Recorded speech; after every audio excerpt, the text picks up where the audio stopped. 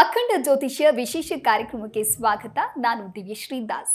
ವೀಕ್ಷಕರೇ, ನಮ್ಮ ಇವತ್ತಿನ ಕಾರ್ಯಕ್ರಮದಲ್ಲಿ ವಾಸ್ತು ದೋಷ ಅಂದ್ರೆ ಏನು, ವಾಸ್ತು ದೋಷದಿಂದ ಏನೆಲ್ಲ ಸಮಸ್ಯೆಗಳು ಎದುರಾಗುತ್ತೆ, ಜೊತೆಗೆ ಇದಕ್ಕೆ ಪರಿಹಾರಗಳೇನು ಅಂತ ಹೇಳಿ ತಿಳಿದುಕೊಳ್ಳೋಣ. ಈ ಕುರಿತು ತಿಳಿಸಿಕೊಡಲು ಪ್ರಖ್ಯಾತ ಜ್ಯೋತಿಷಿಗಳು ಮತ್ತು ಮಾಂತ್ರಿಕರಾದ ವಿದ್ವಾನ್ ಶ್ರೀ ಶ್ರೀನಿಧಿ ಹೊಳ್ಳ ಗುರುಗಳು ನಮ್ಮ ಜೊತೆಗಿದ್ದಾರೆ. ಸೊ ಬನ್ನಿ ಅವರನ್ನ ಕಾರ್ಯಕ್ರಮಕ್ಕೆ ವೆಲ್ಕಮ್ ಮಾಡೋಣ. ನಮಸ್ಕಾರ ಗುರುಗಳೇ, ಕಾರ್ಯಕ್ರಮಕ್ಕೆ ಸ್ವಾಗತ. ಗುರುಗಳೇ, ನಾನು ಹೇಳ್ತಾ ಇದ್ದೆ ವಾಸ್ತು ದೋಷದ ಕುರಿತಂತೆ. ಹಾಗಾದ್ರೆ ಈ ವಾಸ್ತು ದೋಷ ಅಂದ್ರೆ ಏನು ಗುರುಗಳೇ? ವಸ್ತುಸ್ಥಿತಿ ಇತಿ ವಾಸ್ತು ಅಂತ ಹೇಳಿ, ಯಾವ ವಸ್ತುಗಳು ಎಲ್ಲಿ ಇರಬೇಕು ಅನ್ನುವಂಥದ್ದು ಉಂಟೋ ಅದನ್ನು ವಾಸ್ತು ಅಂತೇಳಿ ಹೇಳ್ತಾರೆ. ಹಾಗೆ ದೇವಮೂಲೆಯಲ್ಲಿ ದೇವರ ಸ್ಥಾನಗಳಿರುವಂಥದ್ದು, ಹಾಗೆ ನೈಋತ್ಯ ಮೂಲಾದಿಗಳಲ್ಲಿ ಎಲ್ಲಿ ಯಾವ ದಿಕ್ಕಿನಲ್ಲಿ ಯಾವ ಗ್ರಹವನ್ನು ಈ ಮನುಷ್ಯಾಲಯ ಚಂದ್ರಿಕೆಯಲ್ಲಿ ಯಾವ ದಿಕ್ಕಿನಲ್ಲಿ ಏನೇನೆಲ್ಲ ಇರಬೇಕು ಅನ್ನುವಂಥದ್ದು ಹೇಳಿದ್ದಾರೋ ಆ ಸ್ಥಿತಿಗತಿಗಳಿತ್ತು ಅಂತಾದರೆ ಅದನ್ನು ವಾಸ್ತು ಅಂತೇಳಿ ಹೇಳ್ತಾರೆ. ಯಾವಾಗ ಈ ಕುಬೇರ ಮೂಲೆಯಲ್ಲಿ ಅಕಸ್ಮಾತ್ ಈಗೆಲ್ಲ ಹೇಳುವಂಥದ್ದು ನಾವು ಸರ್ವೇ ಸಾಮಾನ್ಯವಾಗಿ ಕೇಳಿರ್ತೇವೆ, ಕುಬೇರ ಮೂಲೆ ದೇವಮೂಲೆ ಅನ್ನುವಂಥ ವಿಷಯಗಳನ್ನು. ಹಾಗೆ ಏನಾಗ್ತದೆ ಅಂತ ಕೇಳಿದರೆ, ಈ ಕುಬೇರ ಮೂಲೆಯಲ್ಲಿ ತೆಗೆದುಕೊಂಡು ಹೋಗಿ ಮಲಿನತೆ ಮಾಡುವಂಥ ಕೆಲಸಗಳನ್ನು ಮಾಡಿದರೆ ಆ ಮನೆಯಲ್ಲಿ ಹಣ ಅನ್ನುವಂಥದ್ದು ಸಮೇತ ಏನಾಗ್ತದೆ ಅಂತ ಕೇಳಿದರೆ ಅನಾವಶ್ಯಕವಾಗಿರ್ತಕ್ಕಂಥ ಖರ್ಚುಗಳು ಬರುವಂಥದ್ದು, ಅದಾದ ನಂತರದಲ್ಲಿ ಅನಾರೋಗ್ಯಗಳು ಬರುವಂಥದ್ದು. ಈಗ ಮಲಗುವಂಥ ಜಾಗದಲ್ಲಿ ಅಗ್ನಿಯನ್ನು ಉರಿಸುವಂಥದ್ದೆಲ್ಲ ಮಾಡಿದಾಗ ಏನಾಗ್ತದೆ, ಆ ಮನೆ ಯಜಮಾನರಿಗೆ ಅದರ ಸಂಜನಿತವಾಗಿರ್ತಕ್ಕಂಥ ದೋಷಗಳು ಅನ್ನುವಂಥದ್ದು ಎದುರಿಸ್ತಾ ಹೋಗ್ತಾರೆ. ಅದೇ ರೀತಿಯಾಗಿ ಈ ವಾಸ್ತು ಅನ್ನುವಂಥ ವಿಚಾರಗಳನ್ನು ತೆಗೆದುಕೊಂಡಾಗ ಇದಕ್ಕೆ ಮೂಲವಾಗಿರ್ತಕ್ಕಂಥ ಗ್ರಂಥ ಯಾವುದು ಅಂತ ಕೇಳಿದರೆ ಮನುಷ್ಯಾಲಯ ಚಂದ್ರಿಕೆ ಅನ್ನುವಂಥದ್ದು. ಹಾಗೆ ಅದರಲ್ಲಿ ಏನೆಲ್ಲ ಕೊಟ್ಟಿದ್ದಾರೆ ಅಂತ ಕೇಳಿದರೆ, ಯಾವ ಒಂದು ದಿಕ್ಕಿನಲ್ಲಿ ಮನುಷ್ಯನ ಆಲಯ ಚಂದ್ರಿಕೆ ಹೇಗಿರಬೇಕು ಅಂತ ಕೇಳಿದರೆ, ಮನೆಯ ಮಧ್ಯಭಾಗ ಅನ್ನುವಂಥದ್ದು ಬ್ರಹ್ಮಸ್ಥಾನವನ್ನು ಪಡೆದುಕೊಳ್ತದೆ. ಆ ಬ್ರಹ್ಮಸ್ಥಾನದ ಸುತ್ತನೂ ಸಮೇತ ಧಾನ್ಯವನ್ನು ಸಂಗ್ರಹಣೆ ಮಾಡುವಂಥದ್ದು, ಚಿನ್ನವನ್ನು ಸಂಗ್ರಹಣೆ ಮಾಡುವಂಥದ್ದು, ಓದುವಂಥ ಕೊಠಡಿ, ಮಲಗುವಂಥ ಕೊಠಡಿ, ಹಾಗೆ ಸ್ನಾನ ಮಾಡುವಂಥ ಕೊಠಡಿ ಇತ್ಯಾದಿಗಳು ಅದರ ಸುತ್ತಲೂ ಬರಬೇಕಂತೆ. ಇದು ಸರಿಯಾಗಿರುವಂಥ ವಾಸ್ತು ಅಂತೇಳಿ. ಯಾವಾಗ ಯಾವ ಸ್ಥಿತಿಗತಿಗಳು ಬದಲಾವಣೆ ಆಗ್ತದೆ, ಆ ಯಾವ ಜಾಗದಲ್ಲಿ ಯಾವ ವಸ್ತುಗಳ ಉಪಯೋಗವನ್ನು ಮಾಡಬೇಕು ಅನ್ನುವಂಥದ್ದಿದೆ, ಅಲ್ಲಿ ಚ್ಯುತಿಯಾಗುವಂಥ ಕೆಲಸ ಆಯಿತು ಅಂತ ಆದರೆ, ಯಾವ ಭಾಗದಲ್ಲಿ ವಾಸ್ತುವಿನ ದೋಷ ಅನ್ನುವಂಥದ್ದು ಉಂಟಾಗಿದೆಯೋ ಅದರಿಂದ ಉಂಟಾಗುವಂಥ ದೋಷಗಳು ಮನುಷ್ಯನ ಜೀವಿತಾವಧಿಯಲ್ಲಿ ಅನುಭವಿಸ್ತಾ ಹೋಗ್ತಾನೆ. ಇದಕ್ಕೆ ಈಗಿನ ಕಾಲಘಟ್ಟದಲ್ಲಿ ಏನೆಲ್ಲ ಪರಿಹಾರಗಳನ್ನು ಮಾಡ್ಕೊಳ್ಬಹುದು ಅನ್ನುವಂಥದ್ದು ಚಿಂತನೆ ಮಾಡಿದಾಗ, ಒಂದು ವಾಸ್ತುವಿನ ಮನೆಯನ್ನ ಕಟ್ಟಿ ಅಲ್ಲಿ ವಾಸ್ತು ಸಾನ್ನಿಧ್ಯ ಬರಬೇಕು ಅಂತಾದರೆ ವಾಸ್ತು ಹೋಮ, ರಾಕ್ಷೋಗ್ನ ಹೋಮ, ಅಘೋರಾಸ್ತ್ರ ಹೋಮಗಳನ್ನೆಲ್ಲ ಮಾಡುವಂಥದ್ದು ಶಾಸ್ತ್ರ ರೀತಿಯಲ್ಲಿ ನೋಡಿರುವಂಥದ್ದು. ಅದರ ಒಂದು ಪ್ರಮಾಣ ಹೇಗಿರ್ತದೆ, ಎಷ್ಟು ದಿನಗಳ ತನಕ ಅದರದ್ದು ಶಕ್ತಿ ಇರ್ತದೆ ಅಂತ ಕೇಳಿದರೆ, ಒಮ್ಮೆ ವಾಸ್ತು ಹೋಮವನ್ನು ಮಾಡಿದರೆ 12 ವರ್ಷಗಳ ಕಾಲ ಆ ಮನೆಯಲ್ಲಿ ಆ ಶಕ್ತಿ ಅನ್ನುವಂಥದ್ದು ನೆಲೆಸಿರ್ತದೆ. 12 ವರ್ಷದ ನಂತರ ಮತ್ತೆ ವಾಸ್ತು ಹೋಮಾದಿಗಳನ್ನೆಲ್ಲ ಮಾಡಿ ನಂತರದಲ್ಲಿ ಮತ್ತೆ ಪುನಃ ಮಾಡಬೇಕು ಅನ್ನುವಂಥದ್ದಿದೆ. ಹಾಗಾದರೆ ಈ ವಾಸ್ತು ಅನ್ನುವಂಥದ್ದು ಏನು ಅನ್ನುವಂಥದ್ದು ಚಿಂತನೆ ಮಾಡುವಾಗ, ಈ ಹಿಂದೆ ದೇವಾನುದೇವತೆಗಳೆಲ್ಲ ಯಜ್ಞಯಾಗಾದಿಗಳನ್ನು ಮಾಡುವಾಗ ರಾಕ್ಷಸರ ಪ್ರವೃತ್ತಿ ನಮಗೆಲ್ಲ ಗೊತ್ತಿರುವಂತೆ ಏನು ಅಂತ ಕೇಳಿದರೆ, ಆ ಯಜ್ಞಯಾಗಾದಿಗಳನ್ನು ನಿಲ್ಲಿಸುವಂಥದ್ದು ಅಂತ ಹೇಳಿ. ಈ ರಾಕ್ಷೋಗ್ನ ಅನ್ನುವಂತಹ ವಾಸ್ತು ಪುರುಷ ಅನ್ನುವಂಥವನು ತುಂಬ ಘೋರವಾಗಿರ್ತಕ್ಕಂತಹ ರಾಕ್ಷಸ. ಅವನು ಆ ರಾಕ್ಷಸನಿಗೆ ಏನಾಗ್ತದೆ ಅಂತ ಕೇಳಿದರೆ, ದೇವಾನುದೇವತೆಗಳ ತೊಂದರೆಯನ್ನು ಕೊಡುವಂತಹ ಸಂದರ್ಭದಲ್ಲಿ ಎಲ್ಲರೂ ಹೋಗಿ ಇಂದ್ರನ ಹತ್ರ ಪ್ರಾರ್ಥನೆಯನ್ನ ಮಾಡ್ತಾರೆ. ಈ ವಾಸ್ತು ಪುರುಷನ ತೊಂದರೆ ಅನ್ನುವಂಥದ್ದು ನಮಗೆ ಬಹಳಷ್ಟು ಆಗಿರುವಂಥದ್ರಿಂದ ಇದಕ್ಕೊಂದು ನಮಗೆ ದಾರಿಯನ್ನು ಹೇಳಬೇಕು ಅಂತ ಹೇಳಿ. ಆಗ ಇಂದ್ರ ಹೇಳ್ತಾನೆ, ನೀವೆಲ್ಲ ದೇವಾನುದೇವತೆಗಳಿದ್ದೀರಿ, ನಿಮ್ಮಲ್ಲಿರುವಂಥ ಎಲ್ಲ ಸದ್ಗುಣಗಳು ಸಮೇತ ನೀವು ಒಮ್ಮೆ ಅವನು ಮಲಗಿದಾಗ ಹೋಗಿ ಅವನ ಮೇಲೆ ಕೂತ್ಬಿಟ್ರಿ ಅಂತ ಆದರೆ ಅವನ ರಾಕ್ಷಸ ಪ್ರವೃತ್ತಿ ಅನ್ನುವಂಥದ್ದು ಹೋಗಿಬಿಡ್ತದೆ. ಆಗ ಅವನಲ್ಲಿ ದೇವತಾ ಸಾನ್ನಿಧ್ಯ ಅನ್ನುವಂಥದ್ದು ಉಂಟಾಗ್ತದೆ, ಅವನು ಒಳ್ಳೆ ಕೆಲಸಗಳನ್ನು ಮಾಡಲಿಕ್ಕೆ ಅವನಿಗೆ ಪ್ರೇರೇಪಣೆಗಳಾಗ್ತದೆ ಅಂತ ಹೇಳಿದಾಗ, ಈ ಇಂದ್ರ ಹೇಳಿದಂಥ ಕೆಲಸಗಳನ್ನು ಎಲ್ಲ ದೇವಾನುದೇವತೆಗಳು ಹೋಗಿ ವಾಸ್ತು ರಾಕ್ಷಸನ ಮೇಲೆ ಕೂತ್ಬಿಡ್ತಾರೆ. ಆಗ ಅವನಲ್ಲಿರುವಂತಹ ಕೆಟ್ಟ ಪ್ರವೃತ್ತಿ, ರಾಕ್ಷಸ ಪ್ರವೃತ್ತಿ ಅನ್ನುವಂಥದ್ದೆಲ್ಲ ಹೋಗಿಬಿಡ್ತದೆ, ಅವನಿಗೆ ದೇವತಾ ಸಾನ್ನಿಧ್ಯ ಅನ್ನುವಂಥದ್ದು ಬರ್ತದೆ. ಆಗ ದೇವಾನುದೇವತೆಗಳಿಗೆ ಕೇಳ್ತಾನೆ, ನಾನು ಇಷ್ಟು ವರ್ಷಗಳ ಕಾಲ ಮನುಷ್ಯರಿಗೂ ದೇವಾನುದೇವತೆಗಳಿಗೆಲ್ಲ ತೊಂದರೆಯನ್ನು ಕೊಟ್ಟಿದ್ದೇನೆ, ಇನ್ನು ಮುಂದೆ ನಾನು ಒಳ್ಳೆಯದನ್ನು ಮಾಡಬೇಕು ಅನ್ನುವಂಥದ್ದು ಚಿಂತನೆಯನ್ನು ಇಟ್ಟುಕೊಂಡು ಕೇಳಿದಾಗ ಆಗ ದೇವತೆಗಳೆಲ್ಲ ಹೇಳ್ತಾರೆ, ಅಸ್ತು ದೇವತೆಯಾಗಿ ನೀನು ಮನೆಯನ್ನು ಪ್ರವೇಶ ಮಾಡಬೇಕು. ಯಾರು ವಾಸ್ತು ಹೋಮಾದಿಗಳನ್ನು ಮಾಡ್ತಾರೋ ಅವರು ಕೊಟ್ಟಂತಹ ಬಲಿಪ್ರದಾನ ಸದೀಪ ಕೂಷ್ಮಾಂಡ ಚರುರಕ್ತೋದಕ ಬಲಿಗಳನ್ನು ನೀನು ಸ್ವೀಕರಣೆ ಮಾಡಿಕೊಂಡು ಆ ಮನೆಯಲ್ಲಿ ವಾಸ್ತು ಪುರುಷ ಅಸ್ತು ದೇವತೆಯಾಗಿ ನೀನು ನೆಲೆಸಬೇಕು ಅಂತ ಹೇಳಿ ಎಲ್ಲ ದೇವಾನುದೇವತೆಗಳು ಅವನಿಗೆ ಅನುಗ್ರಹವನ್ನು ಮಾಡ್ತಾರೆ. ಅದಕ್ಕೆ ಮನೆಯಲ್ಲಿ ಏನು ಮಾಡೋದು ಅಂತ ಕೇಳಿದರೆ, ಗೃಹ ಪ್ರವೇಶದ ಅರ್ಥ ಏನು ಅಂತ ಕೇಳಿದರೆ, ಯಾರು ಗೃಹ ಪ್ರವೇಶವನ್ನು ಮಾಡೋದು, ನಾವು ಗೃಹ ಪ್ರವೇಶವನ್ನು ಮಾಡೋದಲ್ಲ, ದೇವರು ಗೃಹವನ್ನು ಪ್ರವೇಶ ಮಾಡುವಂಥ ಉದ್ದೇಶದಿಂದ ಆ ಮನೆಯಲ್ಲಿರುವಂಥ ಎಲ್ಲ ದೋಷಗಳು ಅನ್ನುವಂಥದ್ದು ಹೊರಗಡೆ ಹೋಗ್ಬೇಕನ್ನುವಂಥ ದೃಷ್ಟಿಯಿಂದ ವಾಸ್ತು ಹೋಮವನ್ನ ನಿಷೀಧ ಕಾಲದಲ್ಲಿ, ಅರ್ಥಾತ್ ಸಾಯಂಕಾಲದಲ್ಲಿ ಸೂರ್ಯ ಅಸ್ತ ಆದ ನಂತರದಲ್ಲಿ ಆ ಕೆಲಸಗಳನ್ನು ಮಾಡುವಂಥದ್ದು. ಯಾಕಂದ್ರೆ ಅವನಲ್ಲಿ ರಾಕ್ಷಸ ಪ್ರವೃತ್ತಿ ಅನ್ನುವಂಥದ್ದು ಇರ್ತದೆ, ಅದು ದೇವತಾನುಗ್ರಹ ಆಗ್ತದೆ ಅಂತಾದಾಗ ಅವನಿಗೆ ನಿಷೀಧ ಕಾಲದಲ್ಲಿ ಅವನಿಗೆ ಹವನವನ್ನು ಮಾಡುವಂಥದ್ದು. ಹಾಗೆ ಇಂದ್ರಾದಿ ಅಷ್ಟದಿಕ್ಪಾಲಕರಿಗೆ ಬಲಿಯನ್ನು ಹಾಕುವಂಥದ್ದು, ಇವೆಲ್ಲವನ್ನ ಅವರು ಭಕ್ಷಣೆ ಮಾಡಿ ಆ ಸೂರ್ಯ ಚಂದ್ರಾರ್ಕ ಪರ್ಯಂತವೂ ಸಮೇತ ವಾಸ್ತು ಪುರುಷನಾಗಿ ಮನೆಯಲ್ಲಿರ್ತಾನೆ. ಅದಕ್ಕೆ ದೊಡ್ಡವರೆಲ್ಲ ಹೇಳುವಂಥದ್ದು, ಮನೆಯಲ್ಲಿ ಅವಾಚ್ಯ ಪದಗಳನ್ನು ಬಳಸಬೇಡಿ, ಮೇಲು ಧ್ವನಿಯಲ್ಲಿ ಮಾತಾಡಬೇಡಿ, ನಂತರದಲ್ಲಿ ಕೆಟ್ಟ ಪದಗಳನ್ನು ಬಳಸಬೇಡಿ. ಯಾಕೆಂದ್ರೆ ನಾವು ಕೆಟ್ಟದನ್ನ ಹೇಳಿದ್ರು ಅವನು ಅಸ್ತು ಅಂತ ಹೇಳ್ತಾನೆ, ಒಳ್ಳೆಯದನ್ನ ಹೇಳಿದ್ರು ಅಸ್ತು ಅಂತೇಳಿ ಹೇಳ್ತಾನೆ. ಅವನು ವಾಸ್ತು ಪುರುಷನಾಗಿ ನಿಲ್ತಾನೆ. ಅವನ ಅಂಗದೇವತೆಗಳು, ಅಸ್ತ್ರದೇವತೆಗಳು ಅನ್ನುವಂಥದ್ದೆಲ್ಲ ಏನೆಲ್ಲ ಉಂಟೋ ಅದು ಈ ವಾಸ್ತು ತ್ರಿಪಂಚಾಶಟ್ ದೇವತೆಗಳು ಅಂತೇಳಿ ಹೇಳ್ತಾರೆ. ಅಂತ ಹೇಳಿದ್ರೆ ಆಯಾ ಗ್ರಹಗಳು ಆ ಒಂದು ಸ್ಥಳದಲ್ಲಿ ವಾಸ ಮಾಡ್ತಾರೆ. ಆ ವಾಸ ಅಂತ ಹೇಳಿದ್ರೆ ನಮಗೆ ಅರ್ಥ ಆಗುವಂತ ಸ್ಥಿತಿಯಲ್ಲಿ ಹೇಳುವಾಗ, ದೇವಮೂಲೆಯಲ್ಲಿ ಇರುವಂತ ಗ್ರಹವನ್ನ ಅಲ್ಲಿ ನಾವೇನು ಈ ತ್ರಿಪಂಚಾಶಟ್ ಬಲಿ ದೇವತೆಗಳನ್ನ ಆರಾಧನೆ ಮಾಡಿದಾಗ ಆ ಒಂದು ಕ್ಷೇತ್ರದಲ್ಲಿ ದೇವತಾನುಗ್ರಹ ಅನ್ನುವಂಥದ್ದು ಉಂಟಾಗಿರ್ತದೆ. ಅಲ್ಲಿ ನಾವು ಅದಕ್ಕೆ ವಿರುದ್ಧವಾಗಿರ್ತಕ್ಕಂಥ ಕೆಲಸಗಳನ್ನ ಮಾಡಿದಾಗ, ಅರ್ಥಾತ್ ದೇವಮೂಲೆಯಲ್ಲಿ ಬಾತ್ರೂಮ್ ಅನ್ನ ಇಟ್ಟಾಗ ಏನಾಗ್ತದೆ ಅಂತ ಕೇಳಿದ್ರೆ ಅಲ್ಲಿರುವಂತಹ ದೇವತಾ ಕೋಪ ಅನ್ನುವಂಥದ್ದು ಬರ್ತದೆ. ನಂತರದಲ್ಲಿ ವಾಸ್ತುವಿನ ಚ್ಯುತಿಯಾಗಿ ಅದಕ್ಕೆ ಸಂಬಂಧಿತವಾಗಿರುವಂಥ ದೋಷಗಳನ್ನ ಅನುಭವಿಸ್ತಾ ಹೋಗ್ತಾರೆ. ಹಾಗೆ ಇದಕ್ಕೆ ಏನೆಲ್ಲ ಪರಿಹಾರಗಳನ್ನ ಮಾಡ್ಬೋದು ಅಂತ ಕೇಳಿದ್ರೆ, ಶಾಸ್ತ್ರದಲ್ಲಿ ಹೇಳಿರುವಂಥದ್ದು ನಮ್ಮ ಸನಾತನ ಹಿಂದೂ ಧರ್ಮದ ಪ್ರಕಾರವಾಗಿ. ಯಾಕೆಂದ್ರೆ ಇವತ್ತಿನ ಕಾಲದಲ್ಲಿ ಏನು ಮಾಡ್ತಾ ಇದ್ದಾರೆ, ನಾನು ತಗೊಂಡೋಗಿ ಆ ಫೋಟೋವನ್ನು ಇಟ್ಟೆ, ದುಡ್ಡಿನ ರಾಶಿಗಟ್ಟಲೆ ದುಡ್ಡಿನ ಫೋಟೋವನ್ನು ಒಂದು ಕಡೆ ಇಡುವುದು, ಇವೆಲ್ಲವನ್ನ ಮಾಡಿ ಏನು ಮಾಡ್ತಾ ಇದ್ದಾರೆ, ಅದು ಯಾವುದೂ ಸಮೇತ ಫಲಕಾರಿ ಆಗಿರುವಂಥದ್ದು ಅಲ್ಲ.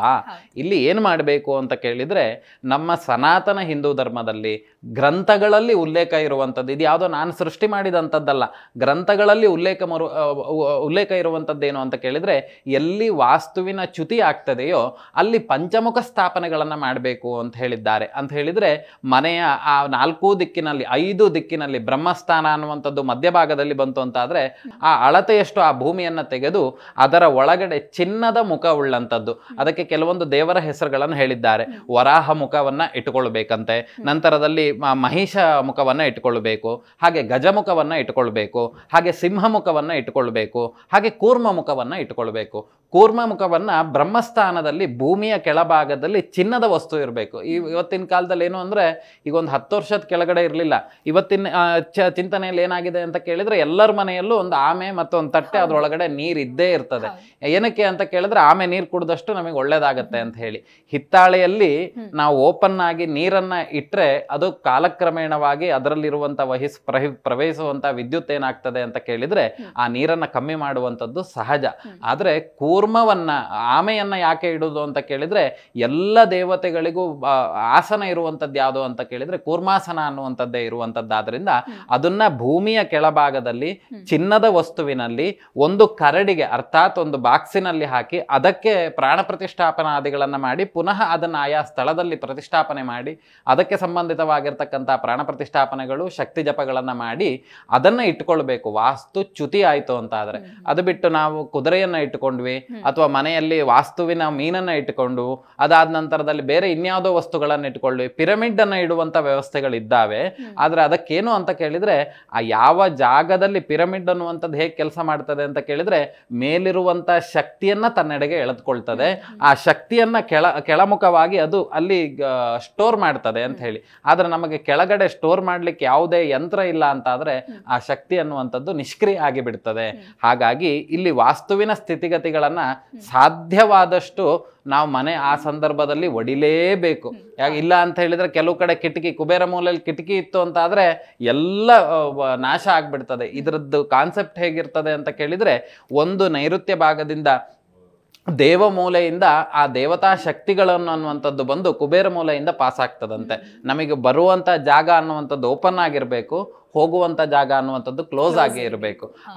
ಆ ಒಂದು ಕಿಟಕಿಯನ್ನ ಏನಾಗ್ತದೆ ಇದ್ದಾಗ ದುಡ್ಡಿನ ಹಣಕಾಸಿನ ತೊಂದರೆಗಳು ಅನ್ನುವಂಥದ್ದು ಉಂಟಾಗ್ತದೆ ಅನ್ನುವಂಥದ್ದು. ಈ ರೀತಿಯಾಗಿ ವಾಸ್ತುವಿನ ಚಿಂತನೆಗಳನ್ನ ಮಾಡ್ಬೇಕು. ಎಲ್ಲರಿಗೂ ಏಕಕಾಲಕ್ಕೆ ಒಂದನ್ನೇ ಕೊಡ್ಲಿಕ್ಕೆ ಸಾಧ್ಯತೆ ಇಲ್ಲ.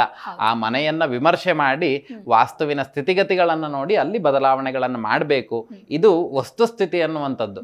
100ಕ್ಕೆ 100 ಅಡಿ ಜಾಗ ಇದ್ರೂ ಸಮೇತ 100% ವಾಸ್ತು ಮನೆಯನ್ನು ಕಟ್ಟಲಿಕ್ಕೆ ಈಗಿನ ಕಾಲಘಟ್ಟದಲ್ಲಿ ಸಾಧ್ಯತೆ ಇಲ್ಲ. ಯಾಕೆಂದ್ರೆ ನಿಧಿ ಕಲಶಗಳನ್ನೆಲ್ಲ ಹೇಳಿದ್ದಾರೆ. ಈಗಿನ ಕಾಲದಲ್ಲಿ ಅದೆಲ್ಲ ಆಗುದಿಲ್ಲ. ಆದ್ರಿಂದ ವಸ್ತುಸ್ಥಿತಿಗಳನ್ನ ನಾವು ಸರಿ ಮಾಡ್ಕೊಳ್ಳುವಂಥದ್ದು ಸೂಕ್ತತೆ ಅನ್ನುವಂಥದ್ದು ಇಲ್ಲಿ ಗಮನಿಸಬೇಕಾಗಿರತಕ್ಕಂಥ ವಿಷಯಗಳು. ಇನ್ನು ವಾಸ್ತು ದೋಷ ಅಂದ್ರೆ ಏನು, ಹಾಗೆ ವಾಸ್ತು ಹೋಮದ ಕುರಿತಂತೆ ಬಹಳ ಚೆನ್ನಾಗಿ ತಿಳಿಸ್ಕೊಟ್ಟಿದ್ದೀರಾ. ಹೇಳ್ತಾ ಇದ್ರಿ ಗುರುಜಿ, ಆದ್ರೆ ಏನು ಅಂತ ಹೇಳಿದ್ರೆ ಈಗ ಬಾಡಿಗೆ ಮನೆಯಲ್ಲಿರೋರು ಅಥವಾ ಲೀಸ್ ತೆಗೆದುಕೊಂಡು ಆ ಒಂದು ಮನೆಯಲ್ಲಿ ವಾಸ ಮಾಡ್ತಾ ಇದ್ದವರು, ಅವ್ರಿಗೆ ಗೊತ್ತಿರೋದಿಲ್ಲ ಅಲ್ಲಿ ಯಾವ ರೀತಿಯಾದಂತ ದೋಷ ಇದೆ, ಯಾವ ರೀತಿಯಾದಂತ ಸಮಸ್ಯೆ ಇದೆ ಅಂತ ಹೇಳಿ. ಆಗ ಅವರು ಪರಿಹಾರ ಮಾರ್ಗವಾಗಿ ಏನ್ ಕಂಡುಕೊಳ್ಬಹುದು ಗುರು? ಒಂದು ಅನಾದಿ ಕಾಲದಲ್ಲಿ ನೋಡುವಾಗ ವಾಸ್ತುವನ್ನ ನೋಡ್ತಿದ್ದಂತ ಕಾಲ ಯಾವುದು ಅಂತ ಕೇಳಿದ್ರೆ, ತಮ್ಮ ಸ್ವಂತ ಮನೆಯನ್ನ ನಿರ್ಮಾಣ ಮಾಡುವಂತ ಸಂದರ್ಭದಲ್ಲಿ ವಾಸ್ತುವನ್ನ ನೋಡ್ಬೇಕು ಅನ್ನುವಂಥದ್ದು. ನಮ್ಮ ಖರ್ಚು ವೆಚ್ಚಗಳನ್ನೆಲ್ಲ ಜಾಸ್ತಿ ಮಾಡಿ ಈ ಮನೆಯನ್ನ ದೂರ್ಲಿಕ್ಕೆ ಸಾಧ್ಯತೆ ಇಲ್ಲ. ಹಾಗಾಗಿ ಈ ಬಾಡಿಗೆ ಮನೆಗೆ ಹೋಗುವಂತವರಿಗೂ ಸಮೇತ ಕೆಲವೊಂದು ಪರಿಹಾರಗಳನ್ನ ನಾವು ವಿಮರ್ಶೆ ಮಾಡಬಹುದು. ಮನೆಯಲ್ಲಿ ಅತಿಯಾಗಿರ್ತಕ್ಕಂತಹ ಅಂತ ಹೇಳಿದ್ರೆ ಕುಲದೇವತಾ ಅನುಗ್ರಹ ಅನ್ನುವಂಥದ್ದು ಹೆಚ್ಚಾಗುವಂತೆ ಮಾಡಿಕೊಳ್ಳುವಂಥದ್ದು, ಮತ್ತೆ ಸಣ್ಣ ರೀತಿಯಾಗಿ ಅಕಸ್ಮಾತ್ ಒಂದು ಕಡೆ ಕಿಟಕಿ ಇರ್ತದೆ, ಆ ಕಿಟಕಿಯನ್ನ ಮುಚ್ಕೊಳ್ಳುವಂಥದ್ದು, ಅಥವಾ ಬ್ರಹ್ಮಸ್ಥಾನ ಅನ್ನುವಂಥದ್ದು ಶುದ್ಧವಾಗಿರುವಂಥದ್ದು, ದೇವತಾ ಸಾನ್ನಿಧ್ಯ ಅನ್ನುವಂಥದ್ದು ಶುದ್ಧವಾಗಿರುವಂಥದ್ದು, ಉತ್ತರ ಬೆಳೆದಿರುವಂತೆ ನೋಡುವಂಥದ್ದು, ಕುಬೇರ ಮೂಲೆಯಲ್ಲಿ ಭಾರವನ್ನ ಇಡುವಂಥದ್ದು, ಇವೆಲ್ಲವನ್ನ ಸರಳವಾಗಿ ಮಾಡಬಹುದು. ಈ ಬಾಡಿಗೆ ಮನೆಗೆ ವಾಸ್ತುವನ್ನ ನೋಡ್ಲಿಕ್ಕೆ ಸಾಧ್ಯತೆ ಇಲ್ಲ. ಯಾಕೆ ಅಂತ ಕೇಳಿದ್ರೆ, ಯಾವ ಮನೆಯ ವ್ಯಕ್ತಿ, ಯಾವ ಮನೆಯ ಯಜಮಾನ ಅನ್ನುವಂಥವನಿರ್ತಾನೆ, ಆ ಮನೆಗೆ ಸಂಬಂಧಿತವಾಗಿ ವಾಸ್ತುಸ್ಥಿತಿಗಳು ಅನ್ನುವಂಥದ್ದು ಅವರಿಗೆ ಫಲವನ್ನ ಕೊಡ್ತದೆ. ಬಾಡಿಗೆ ಮನೆ ಹೋದವರಿಗಾಗ್ಲಿ ಅಥವಾ ಈ ಅಪಾರ್ಟ್ಮೆಂಟ್ಗಳಲ್ಲಿ ಬಹುಮಹಡಿ ಕಟ್ಟಡಿಗಳಲ್ಲಿ ವಾಸ್ತುವನ್ನ ನೋಡ್ಲಿಕ್ಕೆ ಸಾಧ್ಯವೇ ಇಲ್ಲ. ಅದನ್ನ ನೋಡಬಾರದು ಅಂತಿದೆ. ಇನ್ನು ಈ ಸರ್ವೇಶಾಂ ಕಾಂಚನಮಾಶ್ರಯಂತೆ, ಹಣ ಮಾಡ್ಲಿಕ್ಕೆ ಬೇಕಾದ್ರೆ ಸುಳ್ಳನ್ನ ಹೇಳಿ ಇನ್ನೊಂದೇನನ್ನೋ ನಾವಲ್ಲಿ ಇನ್ಸ್ಟಾಲ್ ಮಾಡಿಯೋ ಅಥವಾ ಮತ್ತೊಂದು ಮಾಡ್ತೇವೆ ಅಂತ ಹೇಳ್ಬೋದು. ಬಿಟ್ರೆ ಸರಿಯಾದ ರೀತಿಯಲ್ಲಿ ನೋಡುವಾಗ ಅದನ್ನ ನಾವು ಪರಿಹಾರ ಮಾಡ್ಕೊಳ್ಳಿಕ್ಕೆ ಸಾಧ್ಯತೆ ಇಲ್ಲ. ಅಂತವ್ರು ಏನ್ ಮಾಡ್ಬೇಕು ಅಂತ ಕೇಳಿದ್ರೆ, ಕೆಲವೊಂದು ವಸ್ತು, ಈ ಪಿರಮಿಡ್ ಅನ್ನುವಂಥದ್ದಾಗಿರಬಹುದು, ಯಾವ ಭಾಗದಲ್ಲಿ ವಾಸ್ತುವಿನ ಚ್ಯುತಿ ಅನ್ನುವಂಥದ್ದು ಉಂಟೋ ಆ ಒಂದು ಭಾಗಕ್ಕೆ ಅಥವಾ ಆ ಒಂದು ದಿಕ್ಕಿಗೆ ಹೇಳಿರುವಂತಹ ದೇವತೆ ಅನ್ನುವಂಥದ್ದನ್ನ ಆರಾಧನೆ ಮಾಡಿ ತತ್ ಪ್ರಣೀತವಾಗಿರ್ತಕ್ಕಂಥ ಶಕ್ತಿಗಳನ್ನ ಯಂತ್ರದಲ್ಲಿ ಸಂಯೋಜನೆ ಮಾಡುವಂತ ಮುಖಾಂತರವಾಗಿ ಸ್ಫಟಿಕದ ಪಿರಮಿಡ್ ಅನ್ನ ಅದರ ಮೇಲೆ ಇಡುವಂಥದ್ದು. ಯಾಕೆ ಅಂತ ಕೇಳಿದ್ರೆ, ಮೇಲಿನಿಂದ ಆ ಶಕ್ತಿಯನ್ನ ಸೆಳೆದುಕೊಂಡು ಆ ಯಂತ್ರದಲ್ಲಿ ಸನ್ನಿಹಿತರನ್ನಾಗಿ ಮಾಡ್ಬೇಕು. ಹೇಗೆ ಒಂದು ತಕಡಿಯಲ್ಲಿ ಭಾರ ಕಮ್ಮಿ ಆಯ್ತಂತಾದ್ರೂ ಒಂದು ಮೇಲ್ ಹೋಗ್ತದೆ ಕೆಳಗೆ ಹೋಗ್ತದೆಯೋ, ಹಾಗೆ ಈ ಶಕ್ತಿಗಳನ್ನ ಬ್ಯಾಲೆನ್ಸ್ ಮಾಡ್ಬೇಕು ಅಲ್ಲಿ. ಇಲ್ಲ ಅಂತ ಹೇಳಿದ್ರೆ ವಾಸ್ತು ಹೋಮಾದಿಗಳನ್ನ ಮಾಡಿದ್ರು ಸಾಕಾಗ್ತದೆ. ಇನ್ಯಾವುದಾದ್ರೂ ನಾವು ತಂದ ಅದ ಕಾಯಿನ್ ಅನ್ನು ಇಡ್ತೇವೆ, ಲಾಫಿಂಗ್ ಬುದ್ಧನನ್ನು ಇಡ್ತೇನೆ, ಇದೆಲ್ಲ ಪಾಶ್ಚಾತ್ಯ ಸಂಸ್ಕೃತಿ. ಬಿಟ್ರೆ ಲಾಫಿಂಗ್ ಬುದ್ಧ ಅನ್ನುವಂಥದ್ದು ನಮ್ಮ ಹಿಂದೂ ಧರ್ಮದ ಇದಲ್ಲ. ನಮ್ಮಲ್ಲಿ ಹೇಳಿರುವಂತದ್ದೇನು, ಈ ಆಗ್ಲೇ ಹೇಳಿದೆ ಪಂಚಮುಖ ಸ್ಥಾಪನೆ ಅಂತ ಹೇಳಿ. ಪಂಚಮುಖ ಸ್ಥಾಪನೆ ಅಂತ ಹೇಳಿದ್ರೆ ವರಾಹ ಮುಖ ಅನ್ನುವಂಥದ್ದನ್ನ ಇಟ್ಕೊಂಡಿದ್ದಾರೆ. ಯಾಕೆ ವರಾಹ ಮುಖನನ್ನು ಇಟ್ಕೊಂಡಿದ್ದಾರೆ ಅಂತ ಹೇಳಿದ್ರೆ, ಓಂ ನಮೋ ಭಗವತೆ ವರಾಹ ರೂಪಾಯ ಭೂಪತಿತ್ವಮ್ಮೆ ದೇಹದ ದಾಪಯ ಸ್ವಾಹ ಅಂತ ಹೇಳಿದ್ರೆ, ಭೂಮಿಯನ್ನೇ ತನ್ನ ಮೂಗಿನಲ್ಲಿ ಇಟ್ಕೊಂಡ ವರಾಹ ಸ್ವಾಮಿ, ಭೂ ಸ್ವಾಧೀನಕಾರಕ, ಭೂಮಿ ಅವನ ಸೊಂಡಿಲಲ್ಲಿ ಇಟ್ಕೊಂಡಿದ್ದಾನಂತೆ. ಅಂತಹ ವರಾಹ ಮುಖನನ್ನ, ನಂತರದಲ್ಲಿ ಮಹಿಷ ಮುಖನನ್ನ, ಮಹಿಷ ಮುಖ ಅನ್ನುವಂಥದ್ದು ಒಂದು ದೇವತಾ ವಾಹನ ಅನ್ನುವಂಥದ್ದು, ಕೂರ್ಮ ಮುಖ ಅನ್ನುವಂಥದ್ದು ಸರ್ವ ದೇವತೆಗಳಿಗೂ ಸಮೇತ ಆಸನ ಅನ್ನುವಂಥದ್ದು, ತದನಂತರದಲ್ಲಿ ಗಜಮುಖ ಅನ್ನುವಂಥದ್ದು ಶುಭವಾಗಿರ್ತಕ್ಕಂಥ ಸಾತ್ವಿಕವಾಗಿರ್ತಕ್ಕಂಥ ದೇವತೆಗಳ ಉಳ್ಳಂಥದ್ದು, ಇಂದ್ರನ ವಾಹನವಾಗಿರುವಂಥದ್ದು, ತದನಂತರದಲ್ಲಿ ಸಿಂಹಮುಖ ಅನ್ನುವಂಥದ್ದು ಈ ಚಾಮುಂಡೇಶ್ವರಿ ಆಗಿರ್ಬಹುದು, ರಕ್ಷಣಾ ಖಾತೆಗೆ ಸಂಬಂಧಿತವಾಗಿರುವಂಥದ್ದು. ಈ ಎಲ್ಲ ಮುಖಗಳನ್ನ ಚಿನ್ನದಲ್ಲಿ ಮಾಡಿಸಿ ಮನೆಯಲ್ಲಿ ನಾವು ಪ್ರತಿಷ್ಠಾಪನೆ ಮಾಡಿಕೊಳ್ಳುವಂಥದ್ದು ಶುಭವಾಗಿರ್ತಕ್ಕಂಥ ಫಲಗಳನ್ನು ಕೊಡ್ತದೆ. ಅಥವಾ ಯಾವುದೋ ಹಣದ ಫೋಟೋವನ್ನ ಇಟ್ಟುಕೊಂಡ್ರೆ ಅದು ಲಕ್ಷ್ಮಿ ಅಂತ ಹೇಳುವುದಿಲ್ಲ, ಅಥವಾ ಅದರಿಂದ ನಮಗೇನೋ ಅನುಕೂಲಗಳು ಅನ್ನುವಂಥದ್ದು ಆಗುದಿಲ್ಲ. ಮೀನನ್ನ ತಂದ್ರೂ ಸಮೇತ ಅದೆಲ್ಲ ಅನುಕೂಲತೆ ಆಗುದಿಲ್ಲ. ಹಿಂದೂ ಧರ್ಮದಲ್ಲಿ ನಮಗೆ ಏನೇ ಆಗಬೇಕು ಅಂತಾದ್ರೂ ಮನುಷ್ಯನಿಗಿಂತ ಅಥವಾ ವಸ್ತುಗಳಿಗಿಂತ ದೇವತಾನುಗ್ರಹವೇ ಪ್ರಾಮುಖ್ಯತೆ, ಅದರ ಮುಂದೆ ಇದು ಯಾವುದೂ ಇರುವುದಿಲ್ಲ. ಹಾಗಾಗಿ ಈ ಪಂಚಮುಖ ಸ್ಥಾಪನೆ ಅನ್ನುವಂಥದ್ದು ನಮ್ಮ ಸನಾತನ ಹಿಂದೂ ಧರ್ಮದ ವಾಸ್ತು, ಏನು ಸರಳ ವಾಸ್ತು ಅಂತ ಏನು ಹೇಳ್ತೇವೆ, ಇದಕ್ಕೆ ಸರಳ ವಾಸ್ತು ಅಂತೇಳಿ ಹೇಳುವಂಥದ್ದು. ಹಾಗಾಗಿ ಪಾಶ್ಚಾತ್ಯ ಸಂಸ್ಕೃತಿಗೆ ನಾವು ಮಾರು ಹೋಗುವಂಥದ್ದು ತಪ್ಪಾಗ್ತದೆ. ಯಾಕಂದ್ರೆ ಅಲ್ಲಿನ ಕ್ಷೇತ್ರಾಚಾರಕ್ಕೆ ಸಂಬಂಧಿತವಾಗಿ ಅವ್ರು ಮಾಡ್ತಾರೆ. ಯಾವುದೋ ವಾಸ್ತು ಗಿಡ ಅನ್ನುವಂಥದ್ದು ತರುವಂಥದ್ದಾಗಿರ್ಬೋದು, ಇದೆಲ್ಲ ನಮ್ಮ ಸಂಸ್ಕೃತಿಗೆ ಸಂಬಂಧಿತವಾಗಿರುವಂಥದ್ದಲ್ಲ. ಅಲ್ಲಿ ನಾವು ಅದನ್ನ ಫಾಲೋ ಮಾಡಿದಷ್ಟು ಸಮೇತ ನಮ್ಮ ಸಂಸ್ಕೃತಿಯ ಅವಹೇಳನ ಮಾಡಿದಂತೆ ಆಗ್ತದೆ. ಹಾಗಾಗಿ ಇವೆಲ್ಲವನ್ನ ಬಳಸುವಂಥದ್ದು ಅಷ್ಟು ಸೂಕ್ತತೆ ಅಲ್ಲ ಅನ್ನುವಂಥದ್ದು ನನ್ನ ಅಭಿಪ್ರಾಯ. ಗುರುಜಿ, ಈ ಕುರಿತಂತೆ ಮತ್ತಷ್ಟು ಮಾತನಾಡ್ತಾ ಹೋಗೋಣ. ಕಾಲರ್ ಒಬ್ರು ಇದ್ದಾರೆ, ಮಾತನಾಡಿಸ್ಬಿಡೋಣ. ನಮಸ್ಕಾರ ಗಂಗಾ, ಎಲ್ಲಿಂದ ಕರೆ ಮಾಡ್ತಾ ಇದ್ದೀರಾ? ಮೇಡಮ್ ನಮಸ್ಕಾರ, ನಾನು ತುಮಕೂರಿಂದ ಮಾತಾಡ್ತಾ ಇದ್ದೀನಿ. ಓಕೆ, ಗುರೂಜಿ ಇದ್ದಾರೆ, ಮಾತನಾಡಿ. ಯಾರ ಬಗ್ಗೆ ಕೇಳಬೇಕಾಗಿತ್ತು ತಿಳಿಸಿ. ನನ್ನ ಮಗನ ಬಗ್ಗೆ ಕೇಳಬೇಕು. ಹೇಳಿ, ಎಂತ ವಿಷಯ ಕೇಳಬೇಕಿತ್ತು? ನಮಸ್ತೆ ಗುರುಗಳೇ, ನನ್ನ ಮಗನ ಆರೋಗ್ಯದ ಬಗ್ಗೆ ಕೇಳಬೇಕಿತ್ತು. ಎಂತ ಆಗ್ತಾ ಇದೆ ಈಗ? ಅವನಿಗೆ ಈಗ ಹೋದ ವರ್ಷ ಸ್ವಲ್ಪ ಹೆಲ್ತ್ ಪ್ರಾಬ್ಲಮ್ ಆಗಿತ್ತು. ಅವ್ರ ಡೇಟ್ ಆಫ್ ಬರ್ತ್ ಟೈಮಿಂಗ್ಸ್ ಇದೆಯಾ? ಹಾ ಗುರುಗಳೇ ಹೇಳ್ತೀನಿ. ಹೇಳಿ. 19/9/2007. 2007. ಸಮಯ ಸಮಯ ರಾತ್ರಿ 9:25. ಯಾವ ಊರು? ತುಮಕೂರು ಗುರುಗಳೇ. ತುಮಕೂರು. 9:25. ಸರಿ. ಮೂಲ ನಕ್ಷತ್ರವಾ? ಹೌದು ಗುರುಗಳೇ. ಇಲ್ಲಿ ನೋಡಿ, ಅವ್ರಿಗೆ ಏನು ಸಮಸ್ಯೆ ಆಗ್ತಿದೆ ಅಂತ ಕೇಳಿದ್ರೆ, ಒಂದು ಶೀತ ಪ್ರವೃತ್ತಿ ಇರುವಂಥ ಒಂದು ದೇಹ, ಹಾ ಸ್ವಲ್ಪ ಶೀತ ಎಲ್ಲ ಜಾಸ್ತಿ ಆಗೋದು, ಆಮೇಲೆ ತಂಪು ಜಾಸ್ತಿ ಆಗೋದು, ಓಕೆ. ಅದರಿಂದ ಉಂಟಾಗುವಂಥ ತೊಂದರೆಗಳು ಉಂಟಾಗುವಂಥದ್ದು, ಇವೆಲ್ಲ ಆಗ್ತಾ ಇದೆ. ಇದು ಶುರುವಾದಂಥದ್ದು ಯಾವಾಗಿಂದ ಅಂತ ಕೇಳಿದರೆ 2020ರಿಂದನೂ ಈ ಸಮಸ್ಯೆ ಅನ್ನುವಂಥದ್ದು ಇವನಿಗೆ ಸಣ್ಣ ಮಟ್ಟದಲ್ಲಿ ಗೋಚರಕ್ಕೆ ಬಂತು. ಓಕೆ.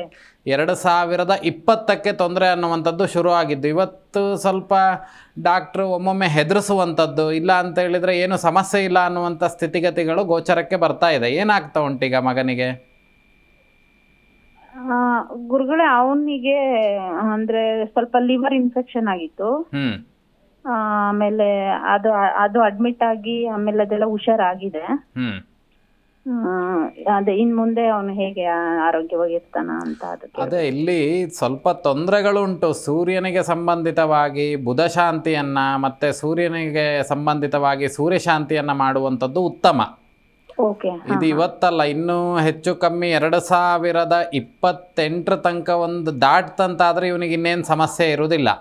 2028 ತನಕ ಕಣ್ಣಲ್ಲಿ ಕಣ್ಣಿಟ್ಟು ನೋಡ್ಕೊಳ್ಬೇಕು. ಯಾಕಂದ್ರೆ ಇವನ್ ಸ್ವಲ್ಪ ಸ್ವಯಂಕೃತ ಅಪರಾಧ ಮಾಡ್ಕೊಳ್ಳುವಂಥ ಚಾನ್ಸಸ್ಸು ಇದೆ. ಅಂತ ಹೇಳಿದ್ರೆ ಏನೋ ಹೋಗ್ತಿರ್ತಾನೆ, ಇಟ್ಟಂಥ ವಸ್ತುವೇ ಇವನಿಗೆ ಅದು ತೊಂದರೆ ಕೊಡುವಂಥದ್ದು, ಈ ರೀತಿ ದೋಷಗಳಾಗುವಂಥದ್ದು, ಮತ್ತೆ ಮನಸ್ಸು ಅನ್ನುವಂಥದ್ದು ವಿಕಾರ ಸ್ಥಿತಿಗೆ ತಲುಪುವಂಥದ್ದು, ನನಗೆ ಯಾಕೆ ಹೀಗಾಗ್ತಿದೆ ಅನ್ನುವಂಥದ್ದು, ಈ ರೀತಿದೆಲ್ಲ ಆಗುವಂಥ ಲಕ್ಷಣಗಳಿದೆ. ಇದು ಇವನ ಜಾತಕದ ದೋಷಗಳು ಅನ್ನುವಂಥದ್ದು. ಅದನ್ನು ಸ್ವಲ್ಪ ದೀರ್ಘವಾಗಿ ವಿಮರ್ಶೆ ಮಾಡಬೇಕು. ನೇರವಾಗಿ ಬಂದು ಭೇಟಿ ಮಾಡಿದರೆ ಅದಕ್ಕೆ ಏನು ಮಾಡಬೇಕು ಅನ್ನುವಂಥದ್ದನ್ನು ಹೇಳ್ತಾನೆ. ಶುಭವಾಗಲಿ. ಓಕೆ, ಧನ್ಯವಾದಗಳು ಕರೆ ಮಾಡಿದ್ದಕ್ಕಾಗಿ. ಗುರುಜಿ, ಇನ್ನೊಬ್ರು ಕಾಲರ್ ಇದ್ದಾರೆ, ಲೋಕೇಶ್ ಅಂತ ಹೇಳಿ. ನಮಸ್ಕಾರ ಲೋಕೇಶ್. ಎಲ್ಲಿಂದ ಕರೆ ಮಾಡ್ತಾ ಇದ್ದೀರಾ? ಓಕೆ, ಗುರುಗಳಿದ್ದಾರೆ, ಮಾತನಾಡಿ. ನಮಸ್ತೆ ಗುರುಜಿ. ನಮಸ್ತೆ ಗುರುಜಿ. ನಮಸ್ತೆ, ಹೇಳಿ. ಹಾ ಗುರುಜಿ. ಗುರುಜಿ, ಈಗ ಒಂದು 2 ವರ್ಷದಿಂದ ನಾನು ಸ್ವಂತವಾಗಿ ಒಂದು ಬಿಸ್ನೆಸ್ ಸ್ಟಾರ್ಟ್ ಮಾಡಿದ್ದೀನಿ. ಬಟ್ ಸಮಸ್ಯೆ ಏನು ಅಂತ ಹೇಳಿದ್ರೆ, ನನಗೆ ಜನ ಬರ್ತಾರೆ, ಬಟ್ ಆದ್ರೆ ಇದಕ್ಕೆ ನನಗೆ ಲೇಬರ್ದೇ ಪ್ರಾಬ್ಲಮ್. ಅಂದ್ರೆ ಸುಮಾರು ಜನ ಬರ್ತಾರೆ, ಬಟ್ ನಿಲ್ತಾ ಇಲ್ಲ. 3 ತಿಂಗಳು 4 ತಿಂಗಳು ಕೆಲಸ ಬಿಡ್ತಾರೆ, ಮತ್ತೆ ಹೊಸಬರನ್ನ ತಗೋಬೇಕು, ಮತ್ತೆ ಹೊಸಬರಿಗೆ ಅದನ್ನ ಟ್ರೈನ್ ಮಾಡ್ಬೇಕು, ಕೆಲಸ ಈ ತರದೇ ನಡೀತಾ ಇದೆ. ಹಾಗೆ ಹಣಕಾಸಿನ ವಿಷಯದಲ್ಲಿ ಸ್ವಲ್ಪ ಏರುಪೇರುಗಳಾಗ್ತಾ ಇದೆ. ನಿಮ್ಮ ಹೆಸರು? ಲೋಕೇಶ್. ಮನೆ ದೇವ್ರು ಯಾವ್ದು ನಿಮ್ದು? ಸಿದ್ದಪ್ಪಾಜಿ ಅಂತ ಹೇಳಿ, ಚಿಕ್ಕಲ್ಲೂರು ಕ್ಷೇತ್ರ, ಇಲ್ಲಿ ಚಾಮರಾಜನಗರ ಹತ್ರ ಬರುತ್ತೆ. ಏನು ಉದ್ಯೋಗ ಮಾಡೋದು ನೀವು? ನಾನಿಲ್ಲಿ ಒಂದು ಕಂಪನಿಯಲ್ಲಿ ಸೂಪರ್ವೈಸರ್ ಆಗಿ ಮಾಡ್ತಿದ್ದೆ ಬೆಂಗಳೂರಿನಲ್ಲಿ. ಸೊ ಈಗ ಸ್ವಂತವಾಗಿ ಅದನ್ನ ಶುರು ಮಾಡಿದ್ದೇನೆ. ಈ ಜನರನ್ನ ಒಗ್ಗೂಡಿಸಿ ಮಾಡುವಂತ ಕೆಲಸಗಳನ್ನು ಹೆಚ್ಚು ಮಾಡ್ತಾ ಇದ್ದೀರಿ ಅಲ್ವಾ? ಹೌದು ಹೌದು. ಇಲ್ಲಿ ಸ್ವಲ್ಪ ಸಮಸ್ಯೆಗಳು ಕಾಣಿಸ್ತಾ ಇದೆ. ಸ್ವಂತ ಉದ್ಯೋಗವನ್ನು ಮಾಡಬೇಕು ಅನ್ಕೊಂಡ್ರಲ್ಲ, ಎಂತ ಆಯ್ತದು? ಸ್ವಂತ ಉದ್ಯೋಗದಲ್ಲೇ ಇದೀನಿ ಗುರುಜಿ. ಅಂದ್ರೆ ಈಗ ಅದು ನನ್ನ ಹೆಸರಿನಲ್ಲಿ ಇಲ್ಲ, ಅಂದ್ರೆ ಹೆಂಡತಿನೇ ಅದಕ್ಕೆ ಹೆಸರಿಗೆ ಅವರೇ ಓನರು. ನಾನಲ್ಲಿ ಆಫೀಸ್ ಅನ್ನು ನೋಡ್ಕೊಳ್ತಾ ಇದ್ದೀನಿ. ಅವ್ರ 108ರಲ್ಲಿ ಒಂದು ಸಂಖ್ಯೆಯನ್ನು ಹೇಳಿ, ನಿಮ್ಮ ಮನೆ ದೇವರಿಗೆ ಪ್ರಾರ್ಥನೆ ಮಾಡಿ. ಗುರುಜಿ 72. ಇಲ್ಲಿ ಒಂದು ಏನು ಅಂತ ಕೇಳಿದ್ರೆ ನೋಡಿ, ನೀವು ಹೇಳಿದಂಥ ಸಮಯಕ್ಕೂ ಈ ನಡೀತಿರುವಂಥ ಒಂದು ಪ್ರಶ್ನಾ ಲಗ್ನಕ್ಕೂ ಕೆಲವೊಂದು ಕಪಟೀಚ ಕೇತುಗ್ರಹ ಅನ್ನುವಂಥ ಗ್ರಹದ ಯೋಚನೆಗಳಿರುವಂಥ ಕಾರಣದಿಂದ ಸ್ವಲ್ಪ ಆಭಿಚಾರ ಕ್ರಿಯೆಗಳು, ಜೊತೆಯಲ್ಲಿದ್ದವರು ನಿಮ್ಮ ಹೆಸರನ್ನು ಬಳಸಿಕೊಂಡು ನಿಮ್ಮ ಹೆಸರನ್ನು ಹಾಳು ಮಾಡಿದಂಥದ್ದೆಲ್ಲ ಸ್ವಲ್ಪ ಗೋಚರಕ್ಕೆ ಬರ್ತಾ ಉಂಟು. ಇದೇನು ದುರುದ್ದೇಶಗಳನ್ನು ಇಟ್ಕೊಂಡು ಮಾಡ್ತಿರುವಂಥ ಲಕ್ಷಣಗಳು ಕಾಣಿಸ್ತಿದೆ. ಅಂತ ಹೇಳಿದರೆ ನೀವು ಮಾಡುವಂಥ ಉದ್ಯೋಗವನ್ನೇ ಮತ್ತೊಬ್ಬರು ನಿಮ್ಮ ಎದುರಾಳಿಯಾಗಿ ಮಾಡುವಂಥ ಯೋಗಗಳು ಗೋಚರಕ್ಕೆ ಬರ್ತಾ ಇದೆ. ಅಂತ ಹೇಳಿದರೆ ಮುಂದೆ ಸ್ವಲ್ಪ ಪೆಟ್ಟು ಬೀಳುವಂಥದ್ದು ಇದೆ. ಹಾಗಾಗಿ ಸ್ವಲ್ಪ ನೇರವಾಗಿ ಬಂದು ಭೇಟಿ ಮಾಡಿದರೆ ಉತ್ತಮ. ಸದ್ಯದ ಪರಿಸ್ಥಿತಿಗೆ ಒಂದು ಕೆಲಸ ಮಾಡಿ, ಪಾಶುಪತಾಸ್ತ್ರ ಅನ್ನುವಂಥ ಒಂದು ಅಸ್ತ್ರ ದೇವತೆ ಅನ್ನುವಂಥದ್ದಿದೆ. ನಿಮ್ಮ ಮನೆಯ ಆಸುಪಾಸಿನಲ್ಲಿರುವಂತಹ ವೇದವನ್ನು ತಿಳಿದಂಥ ವಿದ್ವಾಂಸರಲ್ಲಿ ಅಥವಾ ಆ ಪುರೋಹಿತರಲ್ಲಿ ಪಾಶುಪತಾಸ್ತ್ರ ಹೋಮವನ್ನು ಮಾಡಿಸ್ತಾ ಬನ್ನಿ, ಅಥವಾ ಅದರ ಜಪಾದಿಗಳನ್ನು ಮಾಡಿ. ಸರಿ ಗುರುಜಿ. ಸದ್ಯಕ್ಕೆ ಅನುಕೂಲತೆ ಇರ್ತದೆ. ಇದು ಶಾಶ್ವತ ಪರಿಹಾರ ಬೇಕಂತಾದ್ರೆ ಇದು ದೀರ್ಘ ವಿಮರ್ಶೆ ಬೇಕಾಗ್ತದೆ. ನೇರವಾಗಿ ಬಂದು ಭೇಟಿ ಮಾಡಿ ಆಮೇಲೆ ಅದರ ಬಗ್ಗೆ ಏನು ಮಾಡ್ಬೇಕನ್ನುವಂಥ ವಿಷಯಗಳನ್ನು ನಾನು ನಿಮಗೆ ತಿಳಿಸಿಕೊಡ್ತೇನೆ. ಒಳ್ಳೆಯದಾಗಲಿ. ಓಕೆ, ಧನ್ಯವಾದಗಳು ಲೋಕೇಶ್ ಕರೆ ಮಾಡಿದ್ದಕ್ಕಾಗಿ. ಗುರುಜಿ, ಇನ್ನು ವಾಸ್ತುಗಳಲ್ಲಿ ಯಾವ ಅಂಶ ಮುಖ್ಯವಾಗುತ್ತೆ ಅಂತ ತಿಳಿಸ್ತಾ ಹೋಗಿ. ಬ್ರಹ್ಮಸ್ಥಾನ ಅಂತ ಹೇಳಿ ಒಂದು ವಾಕ್ಯ ಉಂಟು. ಬ್ರಹ್ಮಸ್ಥಾನ ಅಂತ ಹೇಳಿದ್ರೆ ಆ ಒಂದು ಮನೆಗೆ ಅದೊಂಥರ ಪಿಲ್ಲರ್ ಇದ್ದಾಗೆ. ಅಲ್ಲಿ ನಾವೇನು ಅಂತ ಕೇಳಿದ್ರೆ ಆ ಬ್ರಹ್ಮಸ್ಥಾನದಲ್ಲಿ ಪಿಲ್ಲರ್ ನೀಡುವಂಥದ್ದು ಇವೆಲ್ಲ ಮಾಡಬಾರ್ದು. ಅಲ್ಲಿ ಸ್ವಚ್ಛವಾಗಿರ್ಬೇಕು, ಆ ಬ್ರಹ್ಮಸ್ಥಾನ ಅನ್ನುವಂಥದ್ದು ವಿಶಾಲವಾಗಿರ್ಬೇಕು, ಸ್ವಲ್ಪ ಜಾಗ ಇರಬೇಕು, ಈ ರೀತಿ ಆಗಿರ್ತಕ್ಕಂಥ ವಿಷಯಗಳನ್ನೆಲ್ಲ ಹೇಳಿದ್ದಾರೆ. ಹಾಗೆ ಇನ್ನೊಂದೇನು ಅಂತ ಕೇಳಿದ್ರೆ ಶಕ್ತಿಯನ್ನ ನಾವು ಎಲ್ಲಿ ಕ್ರೋಢೀಕರಿಸಿ ಸಂಗ್ರಹ ಮಾಡ್ತೇವೋ ಆ ಒಂದು ಭಾಗವಾದರೂ ಅಷ್ಟೇ. ಕುಬೇರ ಮೂಲೆ ಅನ್ನುವಂಥದ್ದು ಅಷ್ಟೇ. ಶಕ್ತಿಯನ್ನು ನಾವೇನು ಮಾಡ್ತೇವೆ ಅಂತ ಕೇಳಿದ್ರೆ ಇಲ್ಲಿ ವಾಸ್ತು ಅಂದ್ರೂ ಕೂಡಲೇ ಫಸ್ಟ್ ಎಲ್ಲರೂ ನೋಡೋದು ಹಣಕ್ಕೆ ತೊಂದರೆ ಆದರೆ ಮಾತ್ರ ವಾಸ್ತು ನೋಡೋದು, ಬಿಟ್ಟರೆ ಬೇರೆ ಯಾವುದಕ್ಕೂ ನೋಡೋದಿಲ್ಲ. ಹಾಗೆ ಆ ಶಕ್ತಿ ಪ್ರವಹಿಸುವಂಥದ್ದು ಹೇಗೆ ಅಂತ ಕೇಳಿದ್ರೆ ಹೀಗೀಗೆ ಹಾವು ಹೋದಾಗ ಹೋಗೋದಿಲ್ಲ, ಸ್ಟ್ರೈಟ್ ವೇ ಅಲ್ಲಿ ಹೋಗೋದು. ಆ ದೇವಮೂಲೆಯಿಂದ ಬಂದು ಉದಾಹರಣೆಗೆ ಹೇಳುವಾಗ ದೇವಮೂಲೆಯಿಂದ ಬಂದು ಕುಬೇರ ಮೂಲೆಯಲ್ಲಿ ಎಕ್ಸಿಟ್ ಆಗ್ತದೆ. ಇದಿಷ್ಟೇ ವಿಷಯಗಳು. ಅಲ್ಲಿ ಬರುವಂತ ಜಾಗದಲ್ಲಿ ಮನೆಯ ಮುಂಭಾಗದಲ್ಲಿ ಕಟ್ಟೆ ಕಟ್ಟೋದು, ಮನೆಗಿಂತ ದೊಡ್ಡ ಇದನ್ನ ಕಟ್ಟುವಂಥದ್ದು, ಹಾಗೇನಾಗ್ತದೆ ಆ ಶಕ್ತಿ ಅನ್ನುವಂಥದ್ದು ಸಂಕೋಚ ಆಗ್ತದೆ. ಹಾಗೆ ಎಂಡ್ ಕಡೆ ಕೊನೆ ಭಾಗದಲ್ಲಿ ಬರಬೇಕಾದ್ರೆ ಅದನ್ನ ಹಿಡಿದಿಡುವಂತ ಕೆಲಸ ಆಗ್ಬೇಕು. ಅಲ್ಲಿ ನಾವು ಹಣವನ್ನು ಇಡುವಾಗ್ಲೂ ಅಷ್ಟೇ ದಕ್ಷಿಣ ಮತ್ತೆ ಉತ್ತರ ಅನ್ನುವಂಥದ್ದು ಬಹಳಷ್ಟು ಕಷ್ಟಪ್ರದ ಅಂತ ಹೇಳಿ ನಾವು ಕಷ್ಟಪಟ್ಟು ಹಣವನ್ನ ತೆಗೆದುಕೊಂಡು ಹೋಗಿ ನಾವು ಇಡುವಂಥದ್ದಲ್ಲಿ ಇವತ್ತಿನ ಕಾಲದಲ್ಲಿ ಫೋನ್ ಪೇ ಇರ್ಬೋದು ಅಥವಾ ಬ್ಯಾಂಕ್ ಅಕೌಂಟ್ ಇರ್ಬೋದು. ಅವತ್ತಿನ ಕಾಲದಲ್ಲೆಲ್ಲ ಒಂದು ತಿಂಗಳು ಬಂದಂತ ಹಣವನ್ನು ತಗೊಂಡೋಗಿ ಬೀರೋಲಿಟ್ಟು ನಂತರದಲ್ಲಿ ಬ್ಯಾಂಕಿಗೆ ಹಾಕಿ ಬರ್ತಾ ಇದ್ರು. ಹಾಗೆ ಆ ದಿಕ್ಕು ಅನ್ನುವಂಥದ್ದು ನಾವು ಸಂಗ್ರಹಕ್ಕಾಗಿ ಇಡುವಂತಹ ದಿಕ್ಕು ಯಾವತ್ತೂ ಪೂರ್ವಾಭಿಮುಖವಾಗಿರ್ಬೇಕು. ಆ ಹಣ ಅನ್ನುವಂಥದ್ದು ಶಾಶ್ವತವಾಗಿ ಉಳಿತದೆ ಅಥವಾ ಸದ್ಬಳಕೆ ಅನ್ನುವಂಥದ್ದು ಆಗ್ತದೆ. ದಕ್ಷಿಣಾಭಿಮುಖವಾಗಿ ಇಡುವಂತಹ ಹಣದ ವಿಚಾರಗಳೇನಾಗ್ತದೆ ಅಂತ ಕೇಳಿದ್ರೆ ಆರೋಗ್ಯ ಸಂಬಂಧಿತವಾಗಿರ್ತಕ್ಕಂಥ ಸಮಸ್ಯೆಗಳಿಗೆ ಆ ಹಣ ಅನ್ನುವಂಥದ್ದು ಪೋಲಾಗ್ತದೆ. ಇನ್ನು ಉತ್ತರಾಭಿಮುಖವಾಗಿ ಮಾಡುವಂಥದ್ದು ಏನಾಗ್ತದೆ ಅಂತ ಕೇಳಿದ್ರೆ ದುಂದು ವೆಚ್ಚಗಳು ಅಥವಾ ಈ ವೈಭೋಗ ಜೀವನವನ್ನು ಮಾಡುವಂತೆ ಪ್ರೇರೇಪಣೆ ಕೊಟ್ಟು ಆ ಹಣವನ್ನು ಖರ್ಚು ಮಾಡುವಂತೆ ಆಗ್ತದೆ. ಇನ್ನು ಪಶ್ಚಿಮಾಭಿಮುಖವಾಗಿ ನಾವು ಅದನ್ನ ಇಟ್ವಿ ಅಂತ ಆದ್ರೆ ಅದು ಮುಳುಗಡೆಗೆ ಹೋಗ್ತದೆ. ಹಾಗಾಗಿ ಪೂರ್ವಾಭಿಮುಖವಾಗಿ ನಾವು ನಿಂತ್ವಿ ಅಂತ ಆದ್ರೆ ಪಶ್ಚಿಮಾಭಿಮುಖವಾಗಿ ಆ ಒಂದು ಬೀರು ಅನ್ನುವಂಥದ್ದು ಇರಬೇಕು. ಅರ್ಥಾತ್ ಹಣವನ್ನ ಸಂಗ್ರಹ ಮಾಡುವಂಥ ಜಾಗ ಇರಬೇಕು. ಇವೆಲ್ಲವನ್ನ ನಾವು ಬದಲಾವಣೆ ಮಾಡ್ಕೊಂಡಾಗ ಏನಾಗ್ತದೆ ಅಂತ ಕೇಳಿದ್ರೆ ನಮ್ಮಲ್ಲಿ ಹಣ ಉಳಿಯುವಂಥದ್ದಾಗಿರ್ಬೋದು.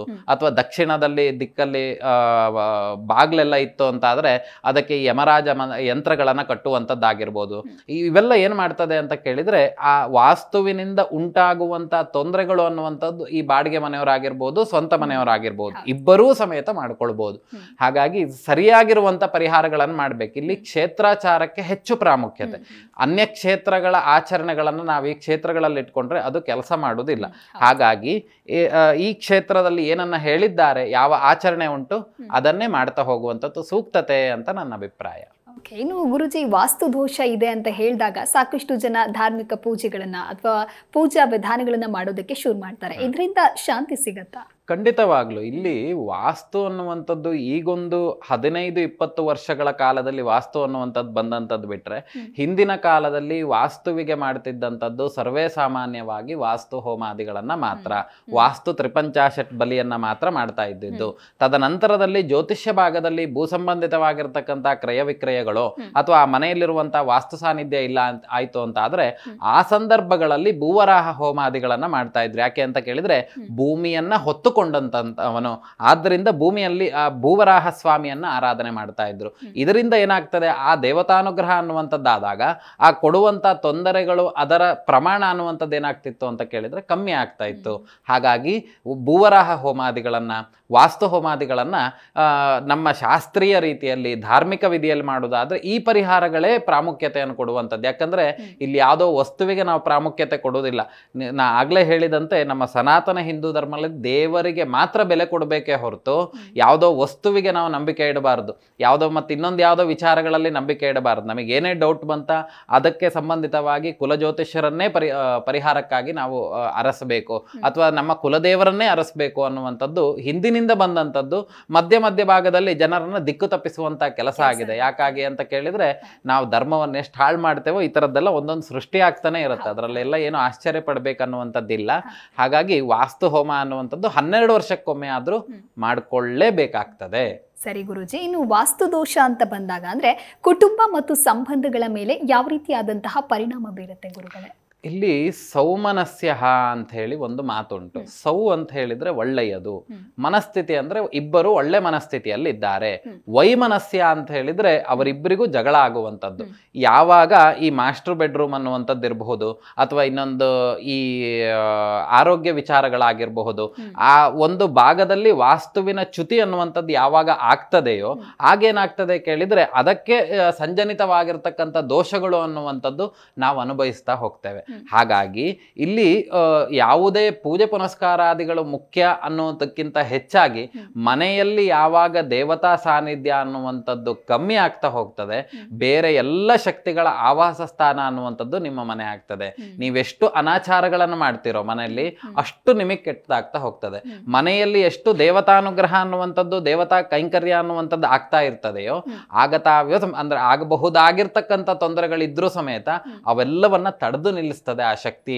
ಹಾಗಾಗಿ ದೇವರನ್ನ ನಾವು ಮೊರೆ ಹೋಗಬೇಕು, ದೇವರನ್ನ ಆರಾಧನೆ ಮಾಡಬೇಕು. ಇದಕ್ಕೆ ಸಂಬಂಧಿತವಾಗಿ ಯಾವ ದೇವತೆ ಅನ್ನುವಂಥದ್ದು ಪ್ರಧಾನವಾಗಿರ್ತಕ್ಕಂಥ ದೇವತೆ ಉಂಟೋ ಅದಕ್ಕೆ ಬೇಕಾಗಿರ್ತಕ್ಕಂಥ ಷೋಡಶೋಪಚಾರ ಪೂಜಾದಿಗಳಾಗಿರಬಹುದು, ಅದಕ್ಕೆ ಸಂಬಂಧಿತವಾಗಿ ಪೂಜೆ ಪುನಸ್ಕಾರಾದಿಗಳ ಒಟ್ಟಿಗೆ ಅದರ ಅರ್ಚನಾದಿಗಳಾಗಿರಬಹುದು, ಅದರ ಮಂತ್ರ ಜಪಗಳಾಗಿರಬಹುದು, ವಾಸ್ತು ಸೂಕ್ತ ಜಪಗಳಾಗಿರಬಹುದು. ಇವೆಲ್ಲವನ್ನ ಮಾಡೋದ್ರಿಂದ ಏನಾಗ್ತದೆ ಅಂದ್ರೆ ವಾಸ್ತುವಿನ ದೋಷದ ತೊಂದರೆ ಕೊಡುವಂತ ಪ್ರಮಾಣ ಅನ್ನುವಂಥದ್ದು ಕಮ್ಮಿ ಆಗ್ತಾ ಹೋಗ್ತದೆ.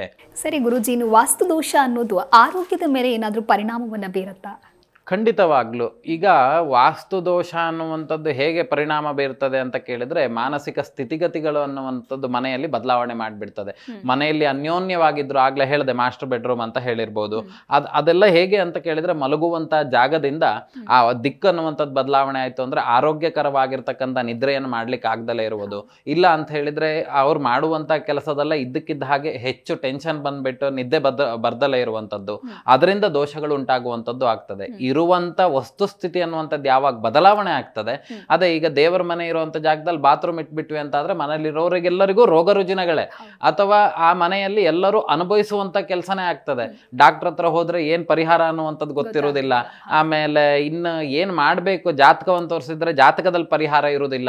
ಈ ವಾಸ್ತು ಅನ್ನುವಂಥದ್ದು ಅತಿಯಾಗಿ ದೋಷಗಳಿತ್ತು ಅಂತ ಆದ್ರೆ ಅವೆಲ್ಲವೂ ಆ ಸಂದರ್ಭಕ್ಕೆ ಯಾವ ಭಾಗದಲ್ಲಿ ವಾಸ್ತುವಿನ ಸ್ಥಿತಿ ದೋಷಗಳು ಅನ್ನುವಂಥದ್ದು ಇದ್ದಾವೋ ಅವೆಲ್ಲವನ್ನು ಸಮೇತ ಕೆಟ್ಟದ್ ಮಾಡ್ತಾ ಬರ್ತದೆ. ಯಾವಾಗ ಆ ಬ್ಯಾಲೆನ್ಸಿಗೆ ನಾನು ಆಗ್ಲೇ ಹೇಳ್ದೆ ಇಲ್ಲೊಂದು ವಾಸ್ತು ಚ್ಯುತಿ ಆಗಿದೆ ಅಂತ ಆದ್ರೆ ಅದಕ್ಕೆ ಬೇಕಾಗಿರ್ತಕ್ಕಂಥ ಪರಿಹಾರಗಳು, ಆ ದೇವತಾ ಸಾನ್ನಿಧ್ಯ ಇರುವಂತದ್ದನ್ನ ಇಡುವಂತದ್ದೆಲ್ಲ ಅಥವಾ ಅದನ್ನ ಸ್ತುತಿಸುವಂಥದ್ದು ಆ ಕ್ಷೇತ್ರದಲ್ಲೆಲ್ಲ ಮಾಡಿದಾಗ ಆ ವಾಸ್ತುವಿನ ದೋಷ ಅಷ್ಟು ಸಮಸ್ಯೆಗಳನ್ನು ಕೊಡುವುದಿಲ್ಲ. ಇಲ್ಲ ಅಂತ ಹೇಳಿದ್ರೆ ತುಂಬಾ ತೊಂದರೆಗಳನ್ನು ಕೊಡ್ತದೆ. ಇಲ್ಲ ನಮ್ಮ ಮನೆಯಲ್ಲಿ ತ್ರಿಕಾಲವಾಗಿರ್ತಕ್ಕಂಥ ಪೂಜೆ ಆಗ್ತಾ ಉಂಟು, ಪ್ರತಿನಿತ್ಯ ಬೆಳಗ್ಗೆ ಷೋಡಶೋಪಚಾರ ಧೂಪದೀಪ ನೈವೇದ್ಯಾದಿಗಳಾಗ್ತಾ ಉಂಟು, ವರ್ಷಕ್ಕೊಮ್ಮೆ ಆದ್ರೂ ತಿಂಗಳಿಗೆ ಒಮ್ಮೆ ಆದ್ರೂ ಅಲ್ಲಿ ಮನೆಯಲ್ಲಿ ಪಾರಾಯಣಾದಿಗಳೆಲ್ಲ ಆಗ್ತಾ ಇದೆ ಅಂತ ಕೇಳಿದ್ರೆ ಅವ್ರಿಗೆ ಯಾರಿಗೂ ಸಮೇತ ವಾಸ್ತುವಿನ ದೋಷ ಅನ್ನುವಂಥದ್ದು ಬರುವುದೇ ಇಲ್ಲ. ಹಾಗೆ ನೋಡೋದಾದ್ರೆ ವಸ್ತುಸ್ಥಿತಿಗಳು ತೊಂದರೆ ಕೊಡ್ತದೆ ಹೇಗೆ ಅಂತ ಕೇಳಿದ್ರೆ ಸುಮಾರು ರೀತಿಯಾಗಿ ತೊಂದರೆ ಕೊಡ್ತದೆ. ಇರುವನನ್ನ ಬೇಕಾದ್ರೆ ಬರ್ಬಾದ್ ಮಾಡಿ ಆಗಿದ್ರೂ ಹಾಕ್ಬಿಡ್ತದೆ. ಯಾಕೆ ಅಂತ ಕೇಳಿದ್ರೆ ಆ ಸಮಯ ಬಂದಾಗ ಅದು ಪೆಟ್ಟು ಕೊಡ್ತದೆ. ಅದೇ ದೇವತಾನುಗ್ರಹ ಅನ್ನುವಂಥದ್ದು ಅವನ ಮೇಲೆ ಇದ್ದಿದ್ದೇ ಹೌದು ಅಂತ ಆದ್ರೆ ಮೇಲ್ಕಾಲಕ್ಕೆ ಬೇಕಾಗಿರುವಂತ ಪೂಜೆ ಪುನಸ್ಕಾರಗಳನ್ನು ಮಾಡಿದ್ದ ಅಂತ ಆದ್ರೆ ಈ ವಾಸ್ತು ದೋಷಗಳು ಯಾವುದೂ ತೊಂದರೆ ಕೊಡುವುದಿಲ್ಲ. ಯಾಕೆ ಅಂದ್ರೆ ಮನುಷ್ಯನಿಗೆ ತೊಂದರೆ ಕೊಡ್ಲಿಕ್ಕೆ ಎಲ್ಲರೂ ಕಾಯ್ತಾ ಇರ್ತಾರೆ. ಮನುಷ್ಯರಾದಿಯಾಗಿ ಮನುಷ್ಯನಿಗೆ ತೊಂದರೆ ಕೊಡ್ಲಿಕ್ಕೆ ಮನುಷ್ಯರೇ ಕಾಯ್ತಿರ್ತಾರೆ. ಆದರೆ ಅದಕ್ಕಿಂತ ಒಂದು ಕೈ ಮೇಲೆ ನಾವು ಮಾಡಿದಂತ ಪಾಪಕರ್ಮಗಳು ಅನ್ನುವಂಥದ್ದೇನಿದೆ ಅದಕ್ಕಿಂತ ಒಂದು ಮೇಲೆ ಕೈಯೇ ನಮ್ಮನ್ನು ಕಾಯ್ತಾ ಇರ್ತದೆ. ಇವನು ಏನಾದ್ರೂ ತಪ್ಪು ಮಾಡ್ತಾನ, ಏನಾದ್ರೂ ತಪ್ಪಿರುವಂತ ಜಾಗಕ್ಕೆ ಹೋಗ್ತಾನ, ಫಸ್ಟ್ ಅವನನ್ನು ಹೋಗಿ ತೊಂದರೆ ಕೊಡುವ ಅನ್ನುವಂಥ ವಿಷಯಗಳು ನಮ್ಮ ಸುತ್ತ ಕಾಯ್ತಾ ಇರ್ತದೆ. ಹಾಗಾಗಿ ನಾವು ಯಾವುದನ್ನ ಚಿಂತನೆ ಮಾಡಿದ್ರು ಸಮೇತ ದೇವತಾನುಗ್ರಹದ ಮುಂದೆ ಯಾವುದೇ ಪರಿಹಾರ ಇಲ್ಲ. ಆ ದೇವರ ಅನುಗ್ರಹ ಆಯ್ತು ಅಂತ ಆದ್ರೆ ಕೋಟ್ಯಾಧಿಪತಿಯು ನಾಸ್ತಿಕನಾಗ್ತಾನೆ, ಏನು ಇಲ್ಲದಂತವನಾಗ್ತಾನೆ. ದೇವತಾನುಗ್ರಹ ಆಯ್ತು ಅಂತ ಆದ್ರೆ ಭಿಕ್ಷುಕನ ಸಮೇತ ಆಗ್ತಾನೆ. ನಾವು ಸಾಮಾಜಿಕ ಜಾಲತಾಣಗಳಲ್ಲಿ ಇವತ್ತು ನೀವು ನೋಡಿರಬಹುದು, ಯಾವುದೋ ಒಂದು ಸಣ್ಣ ಎಂಥದೋ ಮಾರುವವನು ಅವನು ಇವತ್ತು ದೊಡ್ಡದ ಮಟ್ಟದಲ್ಲಿ ಬೆಳೆದಿದ್ದಾನೆ. ಅವನು ಬೆಳೆದಿರುವಂತ ದಾರಿ ಹೇಗಾದ್ರೂ ಆಗಿರ್ಬೋದು, ಆದ್ರೆ ಅವನ ಜಾತಕ ಅನ್ನುವಂಥದ್ದು ಫಲ ಕೊಟ್ಟಿದೆ. ಅವನಿಗೆ ಆ ಕೆಲಸವನ್ನ ಮಾಡ್ಲಿಕ್ಕೆ ಪ್ರೇರೇಪಣೆ ಅನ್ನುವಂಥದ್ದು ಕೊಟ್ಟಿದೆ. ಅವನಿರುವಂತ ಜಾಗದ ವೃತ್ತಿನಿಷ್ಠೆ ಅನ್ನುವಂಥದ್ದು ಅವನಿಗೆ ಫಲವನ್ನ ಕೊಟ್ಟಿದೆ. ಹಾಗೆ ಅದೇ ರೀತಿ ರೀತಿಯಾಗಿ ಸಾವಿರಾರು ಜನ ಅವ್ರ ಜೀವನ ಅನ್ನುವಂಥದ್ದು ಬದಲಾವಣೆ ಆಗಿದೆ. ಯಾರು ಹಾಗೆ ನೋಡಿರ್ಬೋದು, ಕೆಲವೊಬ್ರು ಮನೆಗೆ ಹೋದ್ರು ಕೂಡಲೇ ಅವ್ರಿಗೆ ತುಂಬಾ ಅನುಕೂಲತೆಗಳಾಗಿ ಸ್ವಂತ ಉದ್ಯೋಗಾದಿಗಳನ್ನೆಲ್ಲ ಮಾಡಿರ್ತಾರೆ. ಯಾಕಾಗಿ ಅಂತ ಕೇಳಿದ್ರೆ ಇವರ ಜಾತಕಕ್ಕೂ ಆ ಮನೆಗೂ ಏನಾಗ್ತದೆ ಅಂತ ಕೇಳಿದ್ರೆ ಆ ವಸ್ತುಸ್ಥಿತಿ ಅನ್ನುವಂಥದ್ದು ಇವ್ರ ಜಾತಕಕ್ಕೆ ಬಲ ಬಂದಂತ ರೀತಿಯಲ್ಲಿ ಆಗ್ತದೆ. ಅವೆಲ್ಲವೂ ಸಮೇತ ಆಗ ಅನುಕೂಲಗಳನ್ನ ಕೊಡ್ತಾ ಹೋಗ್ತಾರೆ. ಸರ್ವಕಾಲಿಕವಾಗಿ ಎಲ್ಲರಿಗೂ ನಾವೊಂದು ಈಗ ಮನೆಯಲ್ಲಿ ಏನು ಅಂತ ಕೇಳಿದ್ರೆ ಮನೆಯನ್ನ ಕಟ್ಟುವಂತ ಸಂದರ್ಭದಲ್ಲಿ ಏನ್ ಮಾಡ್ಬೇಕು, ಹಿತ್ತಾಳೆ ಮತ್ತೆ ತಾಮ್ರವನ್ನ ಮನೆ ಆ ಪೀಸನ್ನೆಲ್ಲ ಮನೆ ಇಟ್ಟಿಗೆ ಮಧ್ಯೆ ಮಧ್ಯೆ ಇಟ್ಟಿಟ್ಟು ಕಟ್ತಾ ಹೋಗ್ಬೇಕಂತೆ. ಆವಾಗ ಮನೆಯಲ್ಲಿ ಏನು ಅಂತ ಕೇಳಿದ್ರೆ ಕೆಲವೊಂದು ಶಕ್ತಿಗಳು ಪ್ರವಹಿಸ್ತಾ ಇರ್ತದೆ. ಇನ್ನು ನಮಗಿನ್ನು ಇವತ್ತಿನ ಕಾಲಘಟ್ಟಕ್ಕೆ ಏನು ಉಪಯೋಗ ಆಗತ್ತೆ ಅಂತ ನೋಡಿದ್ರೆ ಮೊಬೈಲ್ ನೆಟ್ವರ್ಕ್ ತುಂಬಾ ಚೆನ್ನಾಗಿ ಸಿಗತ್ತೆ ಆ ತರ ಎಲ್ಲ ಮಾಡಿದಾಗ. ಯಾಕಂದ್ರೆ ಅದರಿಂದ ನೆಟ್ವರ್ಕ್ ಅನ್ನುವಂಥದ್ದಾಗಿರ್ಬಹುದು, ಆ ತರಂಗಗಳು ಅನ್ನುವಂಥದ್ದು ಅತಿ ಬೇಗ ಪಾಸ್ ಆಗ್ತದೆ.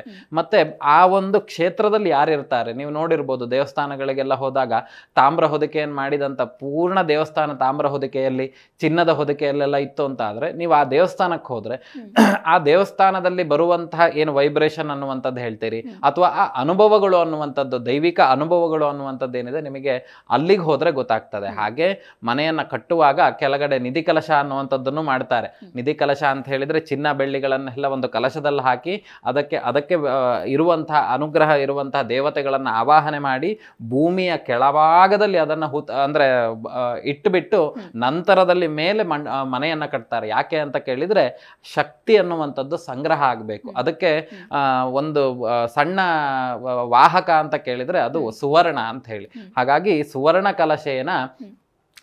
ಕಲಶ ಅಂತ ಹೇಳಿ ಈ ವಾಸ್ತು ಕಲಶ ಅಂತ ಹೇಳಿ ಮಾಡ್ತಾರೆ, ನಿಧಿ ಕಲಶ ಅಂತ ಹೇಳಿ ಹೇಳ್ತಾರೆ. ಅದನ್ನ ಮಾಡಿದಾಗ ಏನಾಗ್ತದೆ ಅಂತ ಕೇಳಿದ್ರೆ ಮನೆಯಲ್ಲಿ ಆ ಮನೆಯಲ್ಲೂ ಸಮೇತ ಈ ಹಳೆ ಮನೆಗಳಲ್ಲಿ ಹೋದಾಗ ನೀವು ನೋಡಿರ್ಬೋದು, ತುಂಬಾ ಒಂದು 200-250 ವರ್ಷದ ಹಳೆ ತುಂಬು ಕುಟುಂಬ ಇದ್ದಂತ ಮನೆ ಒಳಗಡೆ ಹೋದ್ರೆ ಶಾಂತಿ ಅನ್ನುವಂಥದ್ದು ಆಟೋಮೆಟಿಕ್ ಆಗಿ ನಮಗೆ ಗೊತ್ತಾಗ್ತದೆ. ಅಂದ್ರೆ ಅಲ್ಲಿನ ಬದಲಾವಣೆಗಳು ಗೊತ್ತಾಗ್ತದೆ. ಯಾಕೆ ಅಂತ ಕೇಳಿದ್ರೆ ಅವ್ರು ಆಗಿನ ಕಾಲಕ್ಕೆ ಸನಾತನ ಹಿಂದೂ ಧರ್ಮದಲ್ಲಿ ಹೇಳಿದಂತೆಯೇ ಆ ದೇವತೆಗಳನ್ನ ಅಥವಾ ಆ ವಾಸ್ತುವನ್ನ ಅಥವಾ ಈ ಗೃಹ ನಿರ್ಮಾಣವನ್ನ ಮಾಡ್ತಾ ಇದ್ರು. ಈಗಿನ ಕಾಲದಲ್ಲಿ ಎಲ್ಲದು ಏನಾಗಿದೆ, ವೈಭವೀಕರಿಸಲಿಕ್ಕೆ ಕಂಫರ್ಟ್ ಝೋನ್ಗೆ ಅಥವಾ ಕಣ್ಣಿಗೆ ಕಾಣ್ಲಿಕ್ಕೆ ಯಾವ್ದು ಚಂದ ಕಾಣ್ತದೆ ಅದನ್ನ ಮಾಡ್ತಾ ಏನ್ ಮಾಡ್ತಿದ್ದಾರೆ, ವಸ್ತುಸ್ಥಿತಿಯನ್ನ ಬಿಡ್ತಾ ಬರ್ತಾ ಇದ್ದಾರೆ. ಅದನ್ನ ಮಾಡಬಾರ್ದು ಅನ್ನುವಂಥದ್ದು ನಮ್ಮ ಒಂದು ಕೇಳ್ಕೊಳ್ಳುವಂಥದ್ದು. ಇಲ್ಲ ಅಂತ ಹೇಳಿದ್ರೆ ಸಂಜನಿತ ದೋಷಗಳನ್ನು ಅನುಭವಿಸ್ಲಿಕ್ಕೆ ರೆಡಿ ಇರಬೇಕು ಅಂತ ಹೇಳಿ ನಮ್ಮ ವಿಷಯ. ಓಕೆ ಗುರುಜಿ, ಇನ್ನು ಕೆಲವೊಂದಿಷ್ಟು ಜನ ಒಂದು ಸ್ಥಳದಿಂದ ಇನ್ನೊಂದು ಸ್ಥಳಕ್ಕೆ ಹೋಗಿರ್ತಾರೆ. ಅಂದ್ರೆ ಅಲ್ಲಿ ಏನೋ ಸಮಸ್ಯೆ ಆಗ್ತಾ ಇದೆ ಅಂತ ಹೇಳಿ ಮನೆಯನ್ನೆಲ್ಲ ಮಾರಿ, ಜಮೀನೆಲ್ಲವನ್ನ ಮಾರಿ ಇನ್ನೊಂದು ಕಡೆ ಹೋಗಿ ಜಮೀನನ್ನ ತೆಗೆದುಕೊಂಡಿರ್ತಾರೆ. ಆದ್ರೆ ಆ ಮನೆಯಲ್ಲೂ ಕೂಡ ಏನಾದ್ರೂ ವಾಸ್ತು ದೋಷ ಇದ್ದಾಗ ಅವರ ಕೃಷಿ ಚಟುವಟಿಕೆಗಳಿಗೆ ಏನಾದ್ರೂ ಪರಿಣಾಮ ಬೀರತ್ತಾ ಅಥವಾ ಇದು ಬಾಡಿಗೆ ಮನೆಯಂತೆ ಅದು ಕನ್ಸಿಡರ್ ಆಗೋದಿಲ್ವಾ ಗುರುಗಳೇ? ಇಲ್ಲ, ಇಲ್ಲಿ ಒಂದೇನು ಅಂತ ಕೇಳಿದ್ರೆ ಮನೆಯನ್ನ ಅವರು ಅಷ್ಟು ಮಾರಿ ಅಥವಾ ಕೃಷಿಯನ್ನ ಮಾಡ್ತಿದ್ದಂತ ಭೂಮಿಯನ್ನು ತ್ಯಾಗ ಮಾಡಿ ಎಲ್ಲವನ್ನ ಮಾರಿ ಇನ್ನೊಂದು ಕಡೆ ಜಾಗ ಬದಲಾವಣೆ ಮಾಡಿದ್ದಾರೆ, ನಮಗೆ ಈ ತರ ಆಗ್ತಿದೆ ಅಂತ ಹೇಳಿ ಅವ್ರು ಅನ್ಕೊಂಡು ಬದಲಾವಣೆ ಮಾಡಿದ್ದೇ ಮೊದಲಿಗೆ ತಪ್ಪು ಅಂತ ನಾನು ಹೇಳ್ತೇನೆ. ಯಾಕೆ ಅಂದ್ರೆ ಮೊದಲು ಯಾವುದೇ ಸಮಸ್ಯೆಗಾದ್ರೂ ಬುಡ ಅನ್ನುವಂಥದ್ದು ಹುಡುಕ್ಬೇಕು. ವಾಸ್ತುವಿನಿಂದ ಈ ರೀತಿ ತೊಂದರೆ ಆಗ್ತಾ ಉಂಟು, ಅವನ ಜಾತಕದಿಂದ ಈ ರೀತಿ ತೊಂದರೆ ಆಗ್ತಾ ಉಂಟು, ಅಥವಾ ಈ ಪರೈಹಿ ಕೃತಾಭಿಚಾರ ಅಂತ ಹೇಳಿದ್ರೆ ಪರರು ಮಾಡಿದಂತ ಅಭಿಚಾರ ಕ್ರಿಯೆಗಳಿಂದ ಇವನಿಗೆ ಈ ತೊಂದರೆ ಉಂಟಾಗ್ತಾ ಉಂಟು, ಯಾವುದರಿಂದ ತೊಂದರೆ ಆಗಿದೆ ಅನ್ನುವಂಥದ್ದು ನಾವು ಫಸ್ಟ್ ಅದನ್ನ ಹುಡುಕ್ಬೇಕು. ಅನಲೈಸ್ ಮಾಡಿದಾಗ ಏನಾಗ್ತದೆ, ಇದರಿಂದನೇ ತೊಂದರೆ ಆಗಿದೆ, ನಮಗೆ ಒಂದು ಕಳೆಯ ಬೇರ್ ಅನ್ನುವಂಥದ್ದು ಸಿಗ್ಬೇಕೆ ಹೊರತು ಮೇಲ್ಮೇಲ್ ಕಟ್ ಮಾಡಿದ್ರೆ ಬೆಳಿತಾನೆ ಇರ್ತದೆ. ಅದನ್ನ ಬುಡದಿಂದ ಯಾವಾಗ ಕಟ್ ಮಾಡಿ ಬಿಸಾಡ್ತೇವೆ ಆಗ ಮಾತ್ರ ಅದು ಮತ್ತೆ ಬೆಳಿಲಿಕ್ಕೆ ಸಾಧ್ಯತೆ ಆಗುದಿಲ್ಲ. ಅರ್ಥಾತ್ ಅವನು ಮನೆಯನ್ನ ಮಾರ್ಲಿಕ್ಕೆ ಮೊದಲು ಕಾರಣ ಏನು ಅಂತ ಹುಡುಕ್ಬೇಕು. ಅವನಿಗೆ ಆ ಸ್ಥಿತಿಗತಿಗಳು, ಮನೆಯನ್ನ ಮಾರಿ ಜೀವನ ಮಾಡುವಂತ ಸ್ಥಿತಿ ಯಾಕಾಗಿ ಬಂತು, ಅವನು ಏನು ಪಾಪಕರ್ಮಗಳನ್ನು ಮಾಡಿದ್ದಾನೆ ಅನ್ನುವಂಥದ್ದನ್ನು ಫಸ್ಟ್ ಅನಲೈಸ್ ಮಾಡಿದ್ವಿ ಅಂತ ಆದ್ರೆ ಅದನ್ನ ಜಾತಕದಿಂದ, ಪ್ರಶ್ನೆಯಿಂದ, ನಂತರದಲ್ಲಿ ಅವರು ಇರುವಂತ ಮನೆಯನ್ನ ಆ ವಾಸ್ತುವಿನ ಸ್ಥಿತಿಗತಿಗಳನ್ನ ನೋಡಿ ಗಣನೆಗೆ ತಗೊಳ್ಬೇಕಾಗ್ತದೆ. ಬಿಟ್ರೆ ನಾವು ವಾಸ್ತುವಿನಿಂದನೇ ನಮ್ಮೆಲ್ಲ ತೊಂದರೆಗಳು ಆಗ್ತಿದೆ ಅನ್ನುವಂತ ಭಾವನೆಗಳನ್ನ ನಮ್ಮಲ್ಲಿ ಇಟ್ಕೊಳ್ಳುವಂಥದ್ದನ್ನ ಸರ್ವತಾ ಬಿಡುವಂಥದ್ದು ಉತ್ತಮ. ಯಾಕೆಂದ್ರೆ ಎಲ್ಲದಕ್ಕೂ ಒಂದೇ ಕಾರಣದಿಂದ ಮನುಷ್ಯ ಹಾಳಾಗೋದಿಲ್ಲ, ಸಾವಿರಾರು ಕಾರಣಗಳಿಂದ ಹಾಳಾಗ್ತಾನೆ.